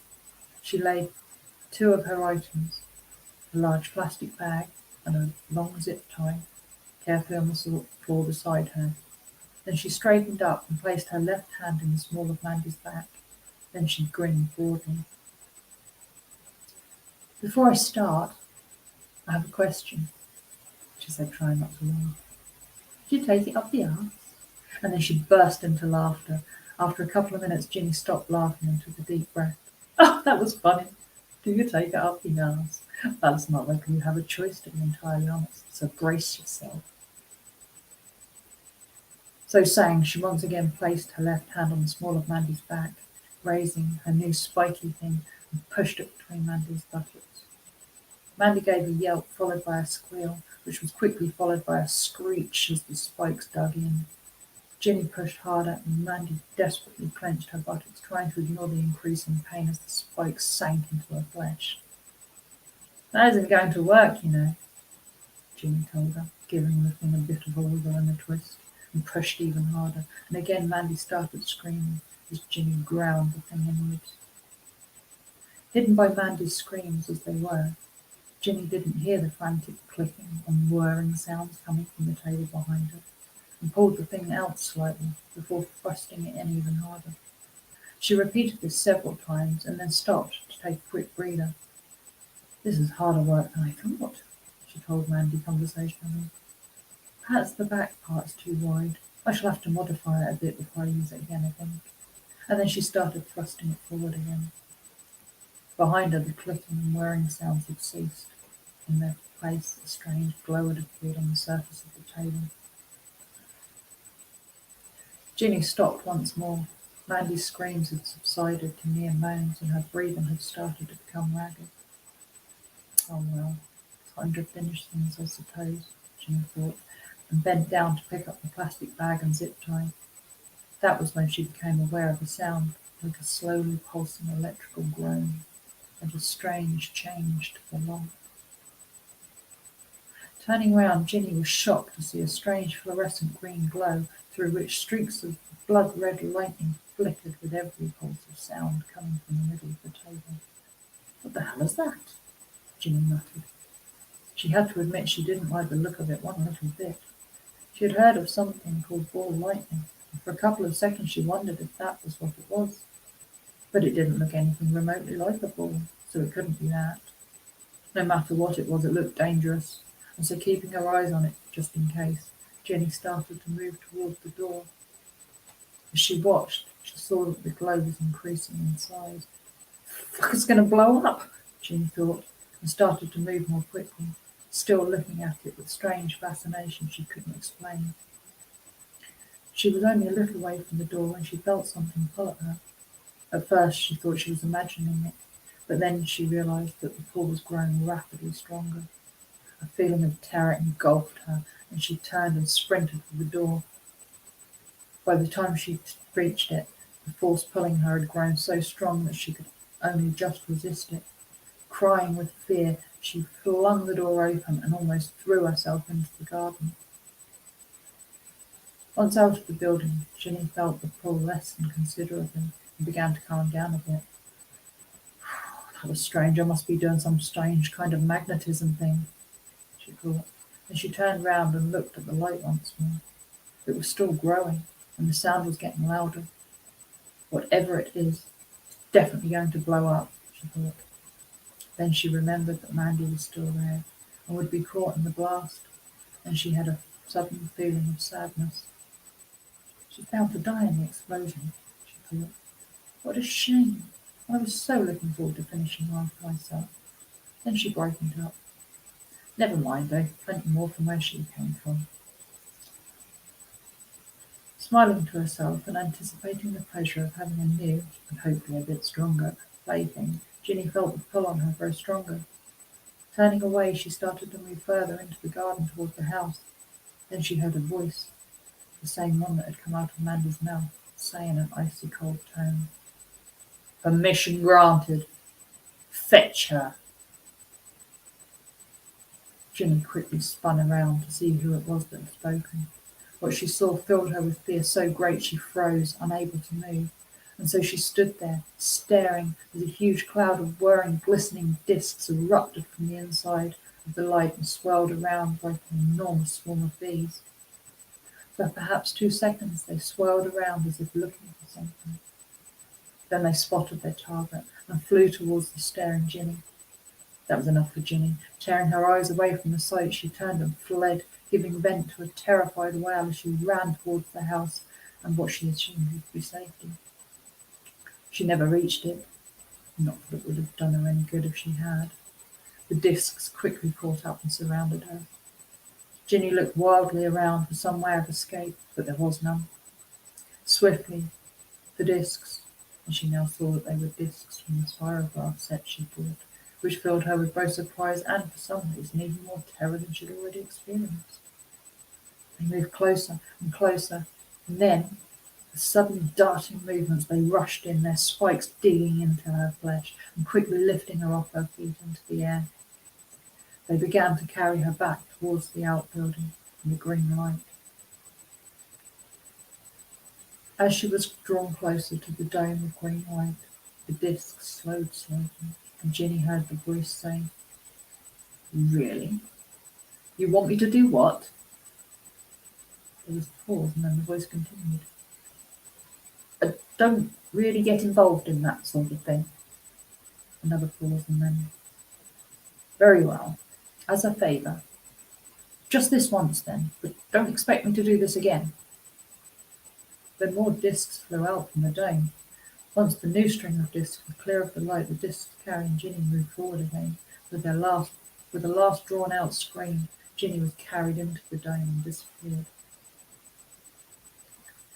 The second stream of discs moved quickly to where the unconscious Mandy, who was by now as near to death as it was possible to be without actually being dead, lay, and surrounded her. There was a sound like a circular saw cutting through metal and webbing, followed by a faint clink as the chains holding her hit the floor. Then the discs lifted up her limp body and carried it into the green light. Once this had been done, the light slowly shrank and dimmed until, with a loud crack, it disappeared, leaving the table in its place. The table looked exactly as it had done before the light had appeared, apart from 2 things. There was no sign of the spirograph sets, apart from some shattered pieces where Mandy had been, and the table now had a large circular burn mark, the inside edges of which were serrated on its surface. Ginny felt a sharp shock of pain lance through her head, and awoke to find herself held in an upright, spread-eagled position in a wide circle of bright light. Outside the circle there was only inky blackness. Then a voice spoke. It was a voice Ginny hadn't heard before, and she wasn't exactly keen on it. It was the sort of voice that Hollywood would give an evil robot. "Did I wake up Paul Hurt?" "We hoped that it did," the voice said, and then it paused for a second before continuing. "Normally we'd let you wake up in your own time, but in your case, we couldn't bring ourselves to wait." Ginny peered into the darkness, trying to see who it was who was talking, but she could see nothing through the impenetrable darkness. "Where am I?" she asked. "Who are you, and why am I here?" "You are in our realm," the voice replied. "As to who we are vengeance." There was another pause. "Oh yes, and retribution. I always seem to forget that bit. And why are you here?" "To receive punishment, of course." "Punishment?" Ginny cried. "Not for having a bit of fun with those useless people. Surely, if anything, I should be rewarded for ridding the world of some of their kind. They are of no use to anyone, and just make wherever they are look dirty and untidy." "You will be punished for that. Yes," the voice told her. "But your punishment will be even worse than usual, due to the much greater crime you have committed." "Greater crime?" Ginny asked, confused. "What greater crime?" "You used us," the voice said angrily. "Us! And not only that, you glued some of us to a stick, and then you made them participate in your wickedness. We couldn't even free them, so we've had to put them out of their misery. For that crime, you shall be punished very harshly. Normally, the punishments we deal out are over quite quickly. They're painful, of course, and we do repeat them forever, but each individual session of punishment doesn't last that long. But with you, we're going to take our time." There was yet another pause, and then the voice said more calmly, "Enough talk. Let us begin." From out of the surrounding darkness, Ginny saw 4 discs around a foot in diameter float into view. They looked like spirograph discs, but this time they were made of some kind of metal that glinted when they entered the light, and their spikes looked larger and much sharper than the plastic ones. Ginny felt a feeling of terrible dread fill her as they moved closer to her, each one hovering beside her. Then they started to glow, first red and then white hot. Then, when they were only about a foot away from her, they began to spin. Faster and faster they span, and finally, realizing what was about to happen, Ginny started screaming, and carried on screaming as they bit into her fingers and toes, quickly severing them and letting them float away into darkness. The smell of burnt flesh filled Ginny's nostrils as the white-hot discs cauterized her wounds as they sliced into her, causing even more pain. Then the discs floated up into her wrists and ankles and slicing them into them. By this time they moved more slowly, and the high-pitched whine of their teeth, biting first into flesh and then bone and then flesh again, seemed to Ginny to go on and on. So loud was the sound that even Ginny's screams couldn't completely drown it out. After this they continued up her arms and legs, slowly removing an inch of them at a time. All the while Ginny could see small flecks of her blood, flesh and bone floating in front of her before they too disappeared into the surrounding darkness. Finally, the discs reached her elbows and knees. For a second or two they just floated there, as if thinking.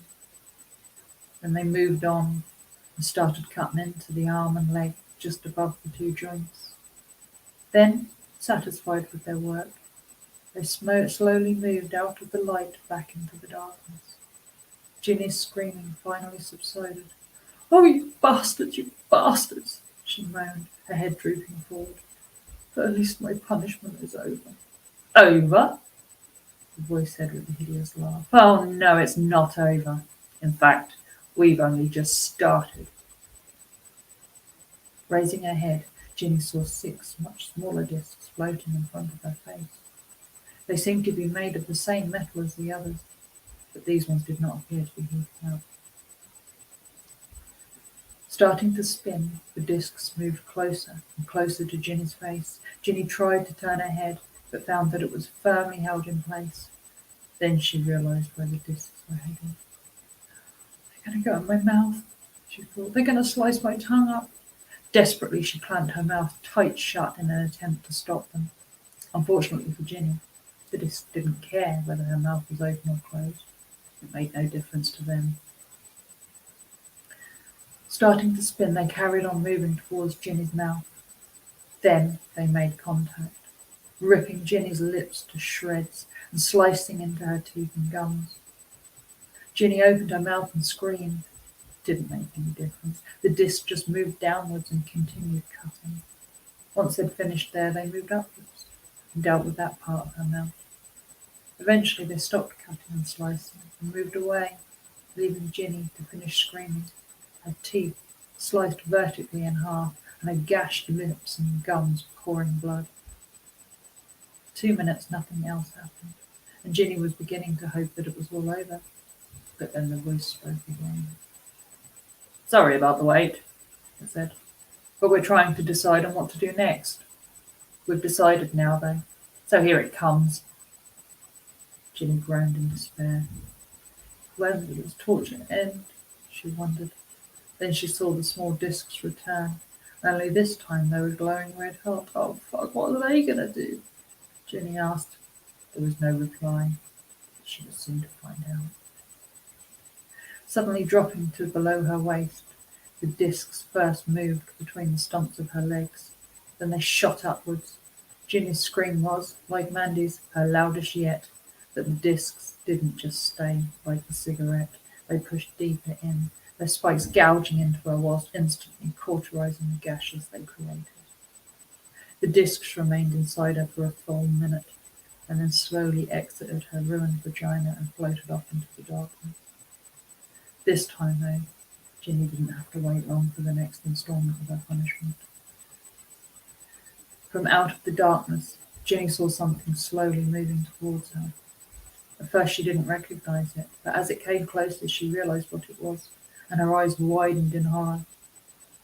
It was the same thing she'd used on Mandy, only this one was larger, and the discs had been arranged so as to turn into a pointed drill. Slowly the thing rose up and moved over her head, and Ginny felt her leg stumps being lifted until she was in a slightly bent forward sitting position. And although she couldn't see it, she knew the thing was dropping lower and lower behind her back. Then she heard the sounds of the discs beginning to rotate, and she started to scream. And as the drill's teeth dug into her buttocks, spraying out pieces of skin, fatty tissue, flesh and blood just to float away into the surrounding blackness, the screams grew louder.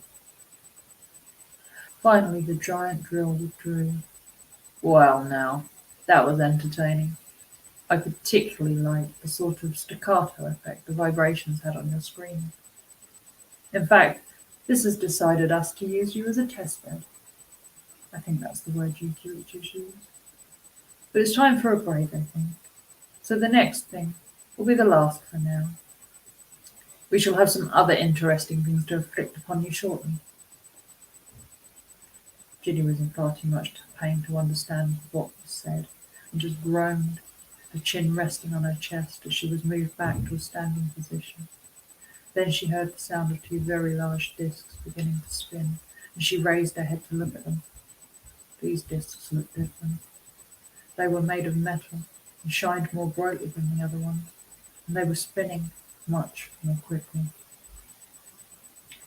The discs slowed until one was level with her waist and the other with her armpits, and then suddenly they moved fast, very fast, one biting into her body just above the hips, the other one slicing into her right arm. Ginny had started to scream as soon as the disc started to move, and for a second she couldn't work out why she wasn't making any noise anymore. Then, as her upper body floated free, she realized the last thing she heard before her mind plummeted into darkness was that horrible robotic voice saying, "That was too quick. I don't believe she even felt it. Slow it down next time." Epilogue. Mandy woke up with a feeling of contentment. She'd been having a lovely dream. She remembered quaint stone cottages, green fields, and the carefree laughter of happy children playing in the street. There had been adults there too, who had looked after the children, and they too were happy. Sitting up, she realized she was lying in a hospital bed. What the hell am I doing here? She thought, and a faint memory of chains, straps, and being in agony flickered through her mind before quickly fading away. Giving a little laugh, Mandy muttered, "That must have been one hell of a nightmare." Then she heard a strangely accented woman's voice saying, "Oh good, you're awake at last." Turning her head to see who had said that, she saw a woman of around 30, with long flowing dark brown hair and blue eyes smiling down at her. Pushing herself into a sitting position, Mandy said, "I don't want to seem stupid or anything, but who are you and what am I doing here?" The woman looked at her closely. "So you don't remember then? Well, you're here because I found you unconscious. You didn't look too well. So here you are. As for my name, you can call me Ellie." Mandy looked around the room. "This isn't an hospital ward," she said, sounding worried. "It's a private room. I can't pay for this." "Oh, don't you worry about that," Ellie told her. "It's all taken care of." "That's extremely kind of you," Mandy said, and then a thought occurred to her.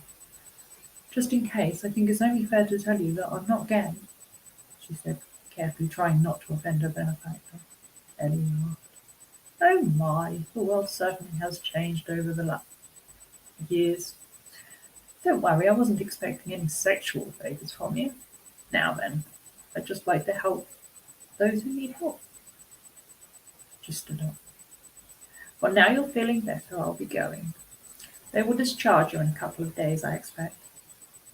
Then she pulled a piece of paper from her jacket pocket and placed it on the cabinet beside Mandy's head. "Oh, I nearly forgot. I got you this. It's probably worthless, but you never know your luck." She looked into Mandy's eyes as if she was peering into her soul. After a few seconds, she said seriously, "I think you're going to have a good life, Mandy Holmes. Be sure you use it wisely." And then she walked out of the room. Mandy looked at the piece of paper on the cabinet. It was a lottery ticket for Euro Millions. "I'll be lucky to win a fiver with that," she thought. Still, it was kind of her to get one, I suppose. Then she suddenly realized something. "I never thought to ask her what her last name was," she thought. "How strange. I wonder if the hospital would tell me. I'd like to try and pay her back somehow." Mandy never did find out her benefactor's last name. The hospital refused to give her that information. Confidentiality rules, they told her. But Mandy had a weird feeling that they didn't know what it was either. It was not until a couple of hours had passed that another thought came into her mind. Wait a minute. How did she know my name? I never told her that. In the corridor outside Mandy's room, a tall, green-eyed, red-haired woman wearing a black dress that reached to just below her knees looked at her sister. "Ellie? Really? Ellie?" she asked. "My real name would have meant nothing to her, and Ellie is close enough, I think," was the reply. Her sister sighed and shrugged. "If you say so. I did see that ticket. I see you did that ticket thing again. How much does she get? 100,000? 200,000? Her sister's reply made us flutter in surprise. "How much?" "She has a lot to do, and the money will help her do it." You do know she's an alcoholic, don't you? She'll drink it all. Oh, I dealt with that. No one can drink that much anyway. Besides, I had a long talk with her while she was staying with me. I trust her to do the right thing. Her sister sighed. I've always said you're too trusting. I think I'm right about this one, but I suppose we shall have to wait and see, her sister replied. Now, what do you say to a shopping trip and a good dinner in Paris? I think we both deserve a little rest and relaxation. Sounds good to me. Will you do the honours? Certainly, the brown-haired woman replied, and gave a nonchalant wave with her right hand. The air shimmered for a moment, and then a view of a Parisian alleyway appeared in front of them. She took a step towards it. But what if you're wrong, and she uses that money for wicked purposes? Her sister suddenly asked. Elios turned to look at her sister. I'm certain she will not, she said with a smile, and then her face turned sorrowful. But if she does, well, that's where you'll come in, isn't it, Nemesis? And then she turned back to the portal and stepped through it. Nemesis gave a grim smile. Yes, I suppose it is, she said, and followed her sister through the portal. Ginny Patterson woke up once again. She couldn't remember how many times she'd gone through the agony of the Spiroverse's punishment. And in a way she was lucky. The memory of the last session had been wiped from her mind. This was not out of any kindness on the part of the Spiros, however. It was because the last session had been a bit of a disaster. The discs had carefully sliced away all the flesh from her head, leaving skulls shining whitely in the light. Only her eye untouched, and then a shining reflective disc had flown up to her face and let her see what had been done to her. Ginny had taken one look and screamed. This scream, though hadn't lasted long, something went clang in her mind and she went totally insane. The sight of her skull thrashing from side to side, her eye rolling and gleaming with madness as the tongue protruded and flapped from side to side. The scream turning into an insane, gibbering laugh, frightened even the Spiros a little bit. They quickly stopped the session there and then, and it took them a fair bit of work playing around with her mind to bring her back to sanity. Needless to say, they were not going to try that one again. So, Ginny looked with sane eyes at the discs that were moving towards her and sobbed, knowing that this was how she was going to spend eternity, tortured over and over again, knowing there would be no reprieve from her suffering. It would continue forever. So maybe you'll think of that before you do any harm to other people, because this is not a place that you want to visit.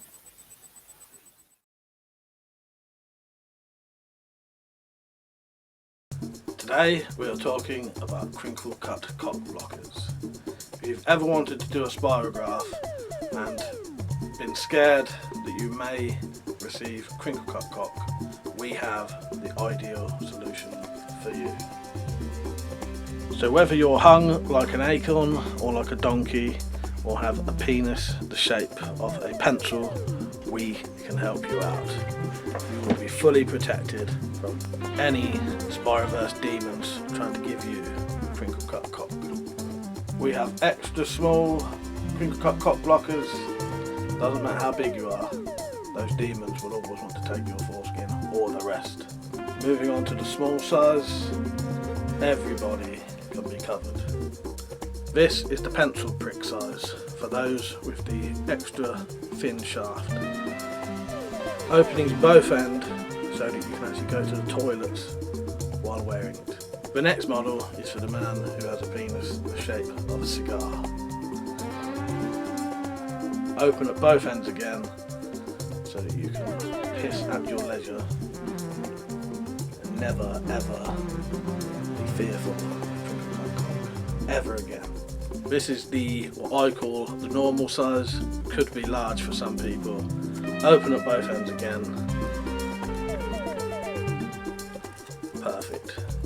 And the final version we have today is the donkey dick sized one. offers full 100% protection from any Spyro demons trying to take your force in or worse. Prices range from £50 to £500 depending on what size you buy.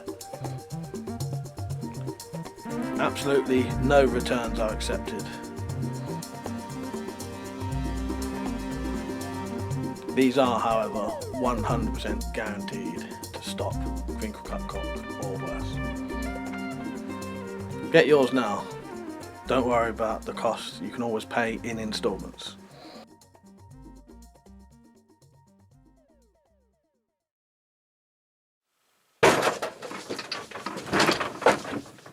Found ya.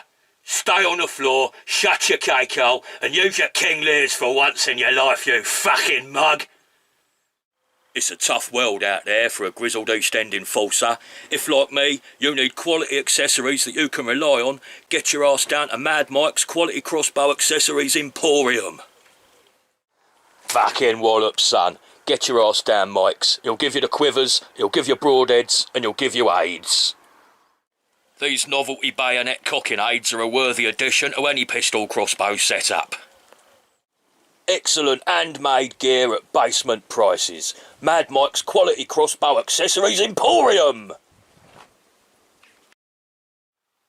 I told Mike you'd buy him a coffee.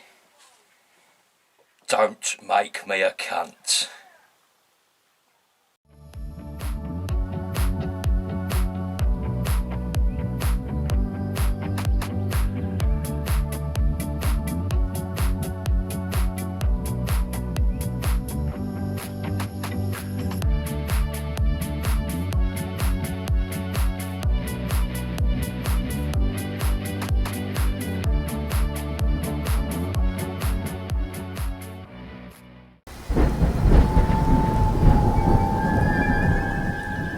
You know me, it's frightening how many Spyro books I've published.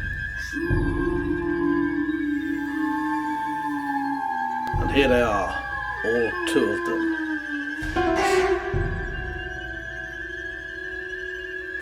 Get them now from all good Amazon stores.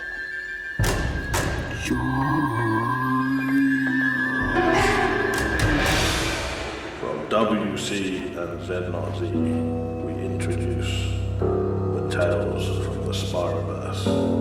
If you only buy one Spyro book, buy these, which is all of them. To order, just click the links in the description.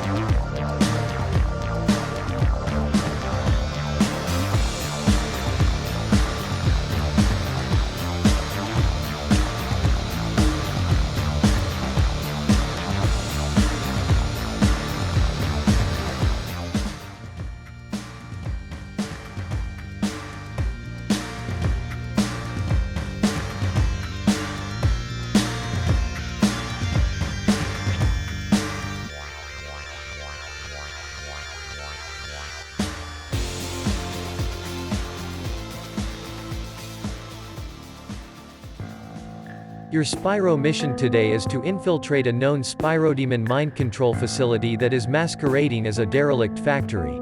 People and animals are being taken to the facility, and turned into Spyrozombies who will do anything to progress the Spyro's takeover. Infiltrate the facility, try to locate any hostages and set them free if possible. Weapons are permitted, and highly recommended. You will also be supplied with an experimental drug that may aid you in your mission. Use it at your own risk. Commence mission as soon as you have completed the Spyro hunting and intel team advanced training. Once past DC Hada Few will drive you to the location, but will not join you as she will need to come back to do her advanced training herself. This tape will self-destruct in 5 seconds.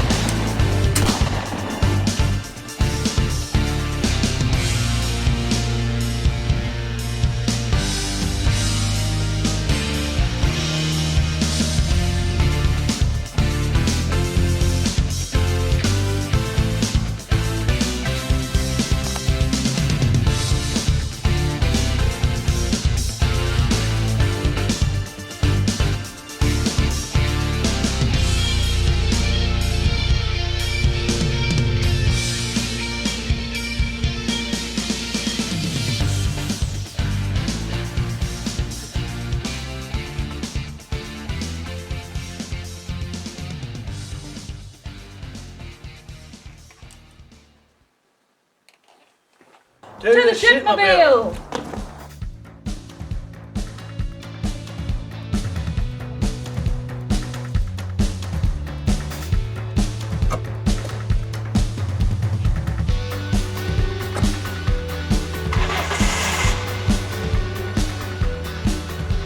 I think this is going to be a long journey, Hadafew. Going to get some sleep for the morning.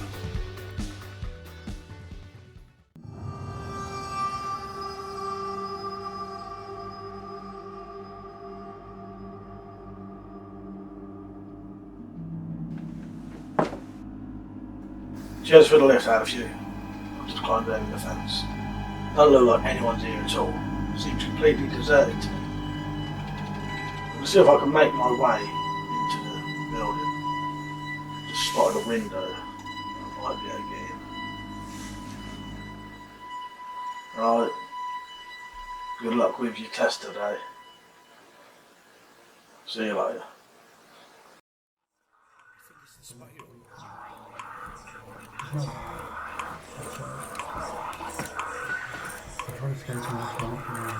Fuck is all this then?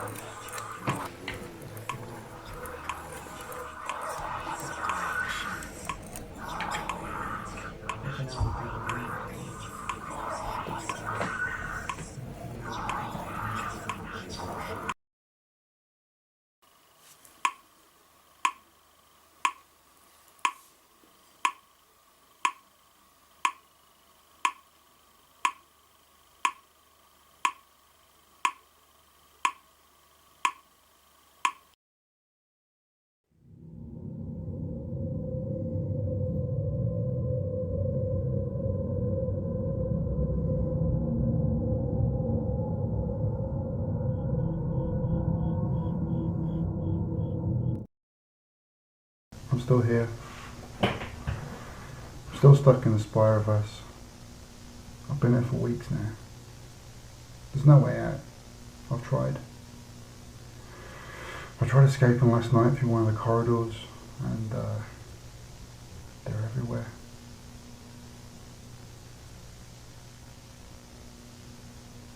Every now and again they ring a bell, and that's when you know they're coming.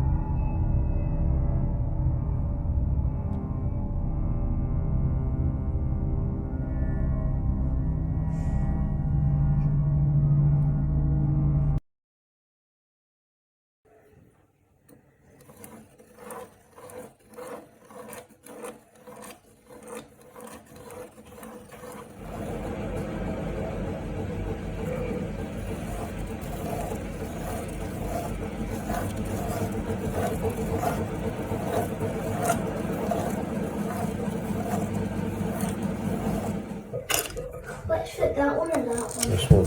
I'm already recording.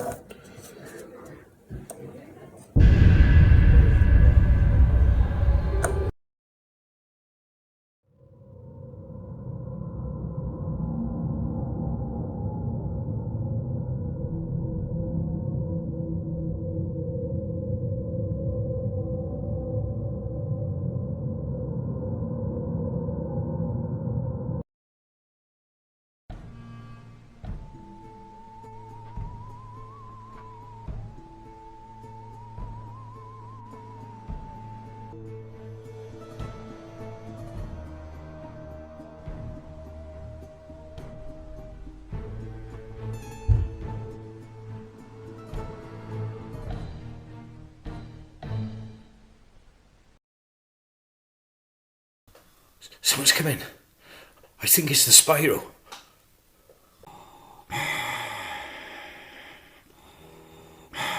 This is Spyro. You will fall to the power of the dark side of the trail. We are coming for you, shit. You come for us, we come give you shit.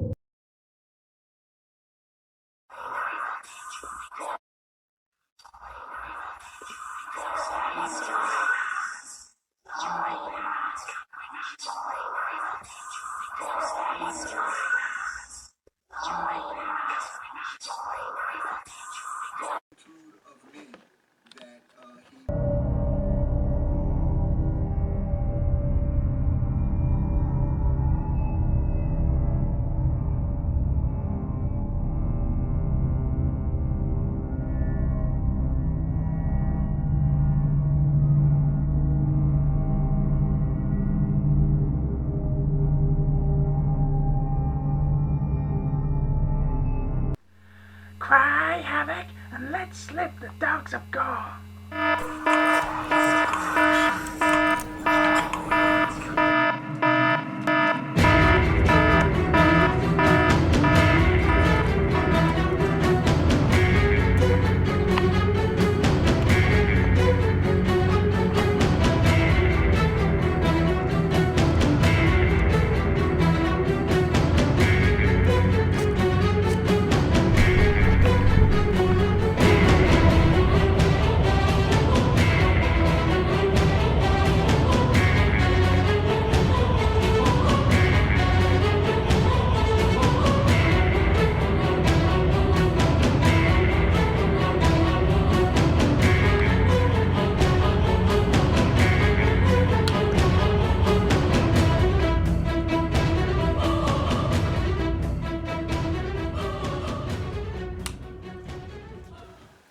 I've managed to capture a Spyro hound. Yeah, one of the guard dogs. I'm going to start the reprogramming immediately.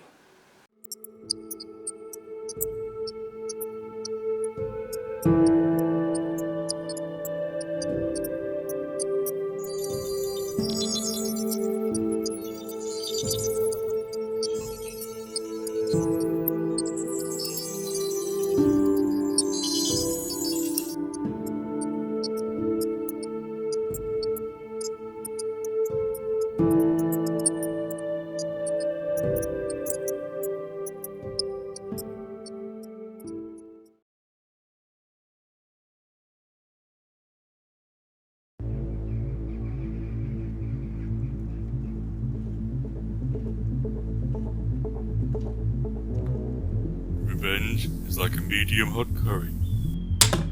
Salty.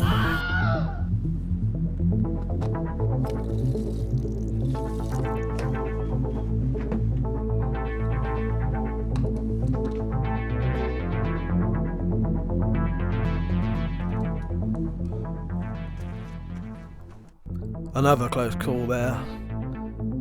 Luckily I managed to press the release button toward the cells just before I escaped, because it now looks like from the news reports that place is on fire. And who would have thought I'd be shot by a Spyro demon? And of all things a crossbow bolt. Bloody amateurs. Didn't even have a broadhead on it.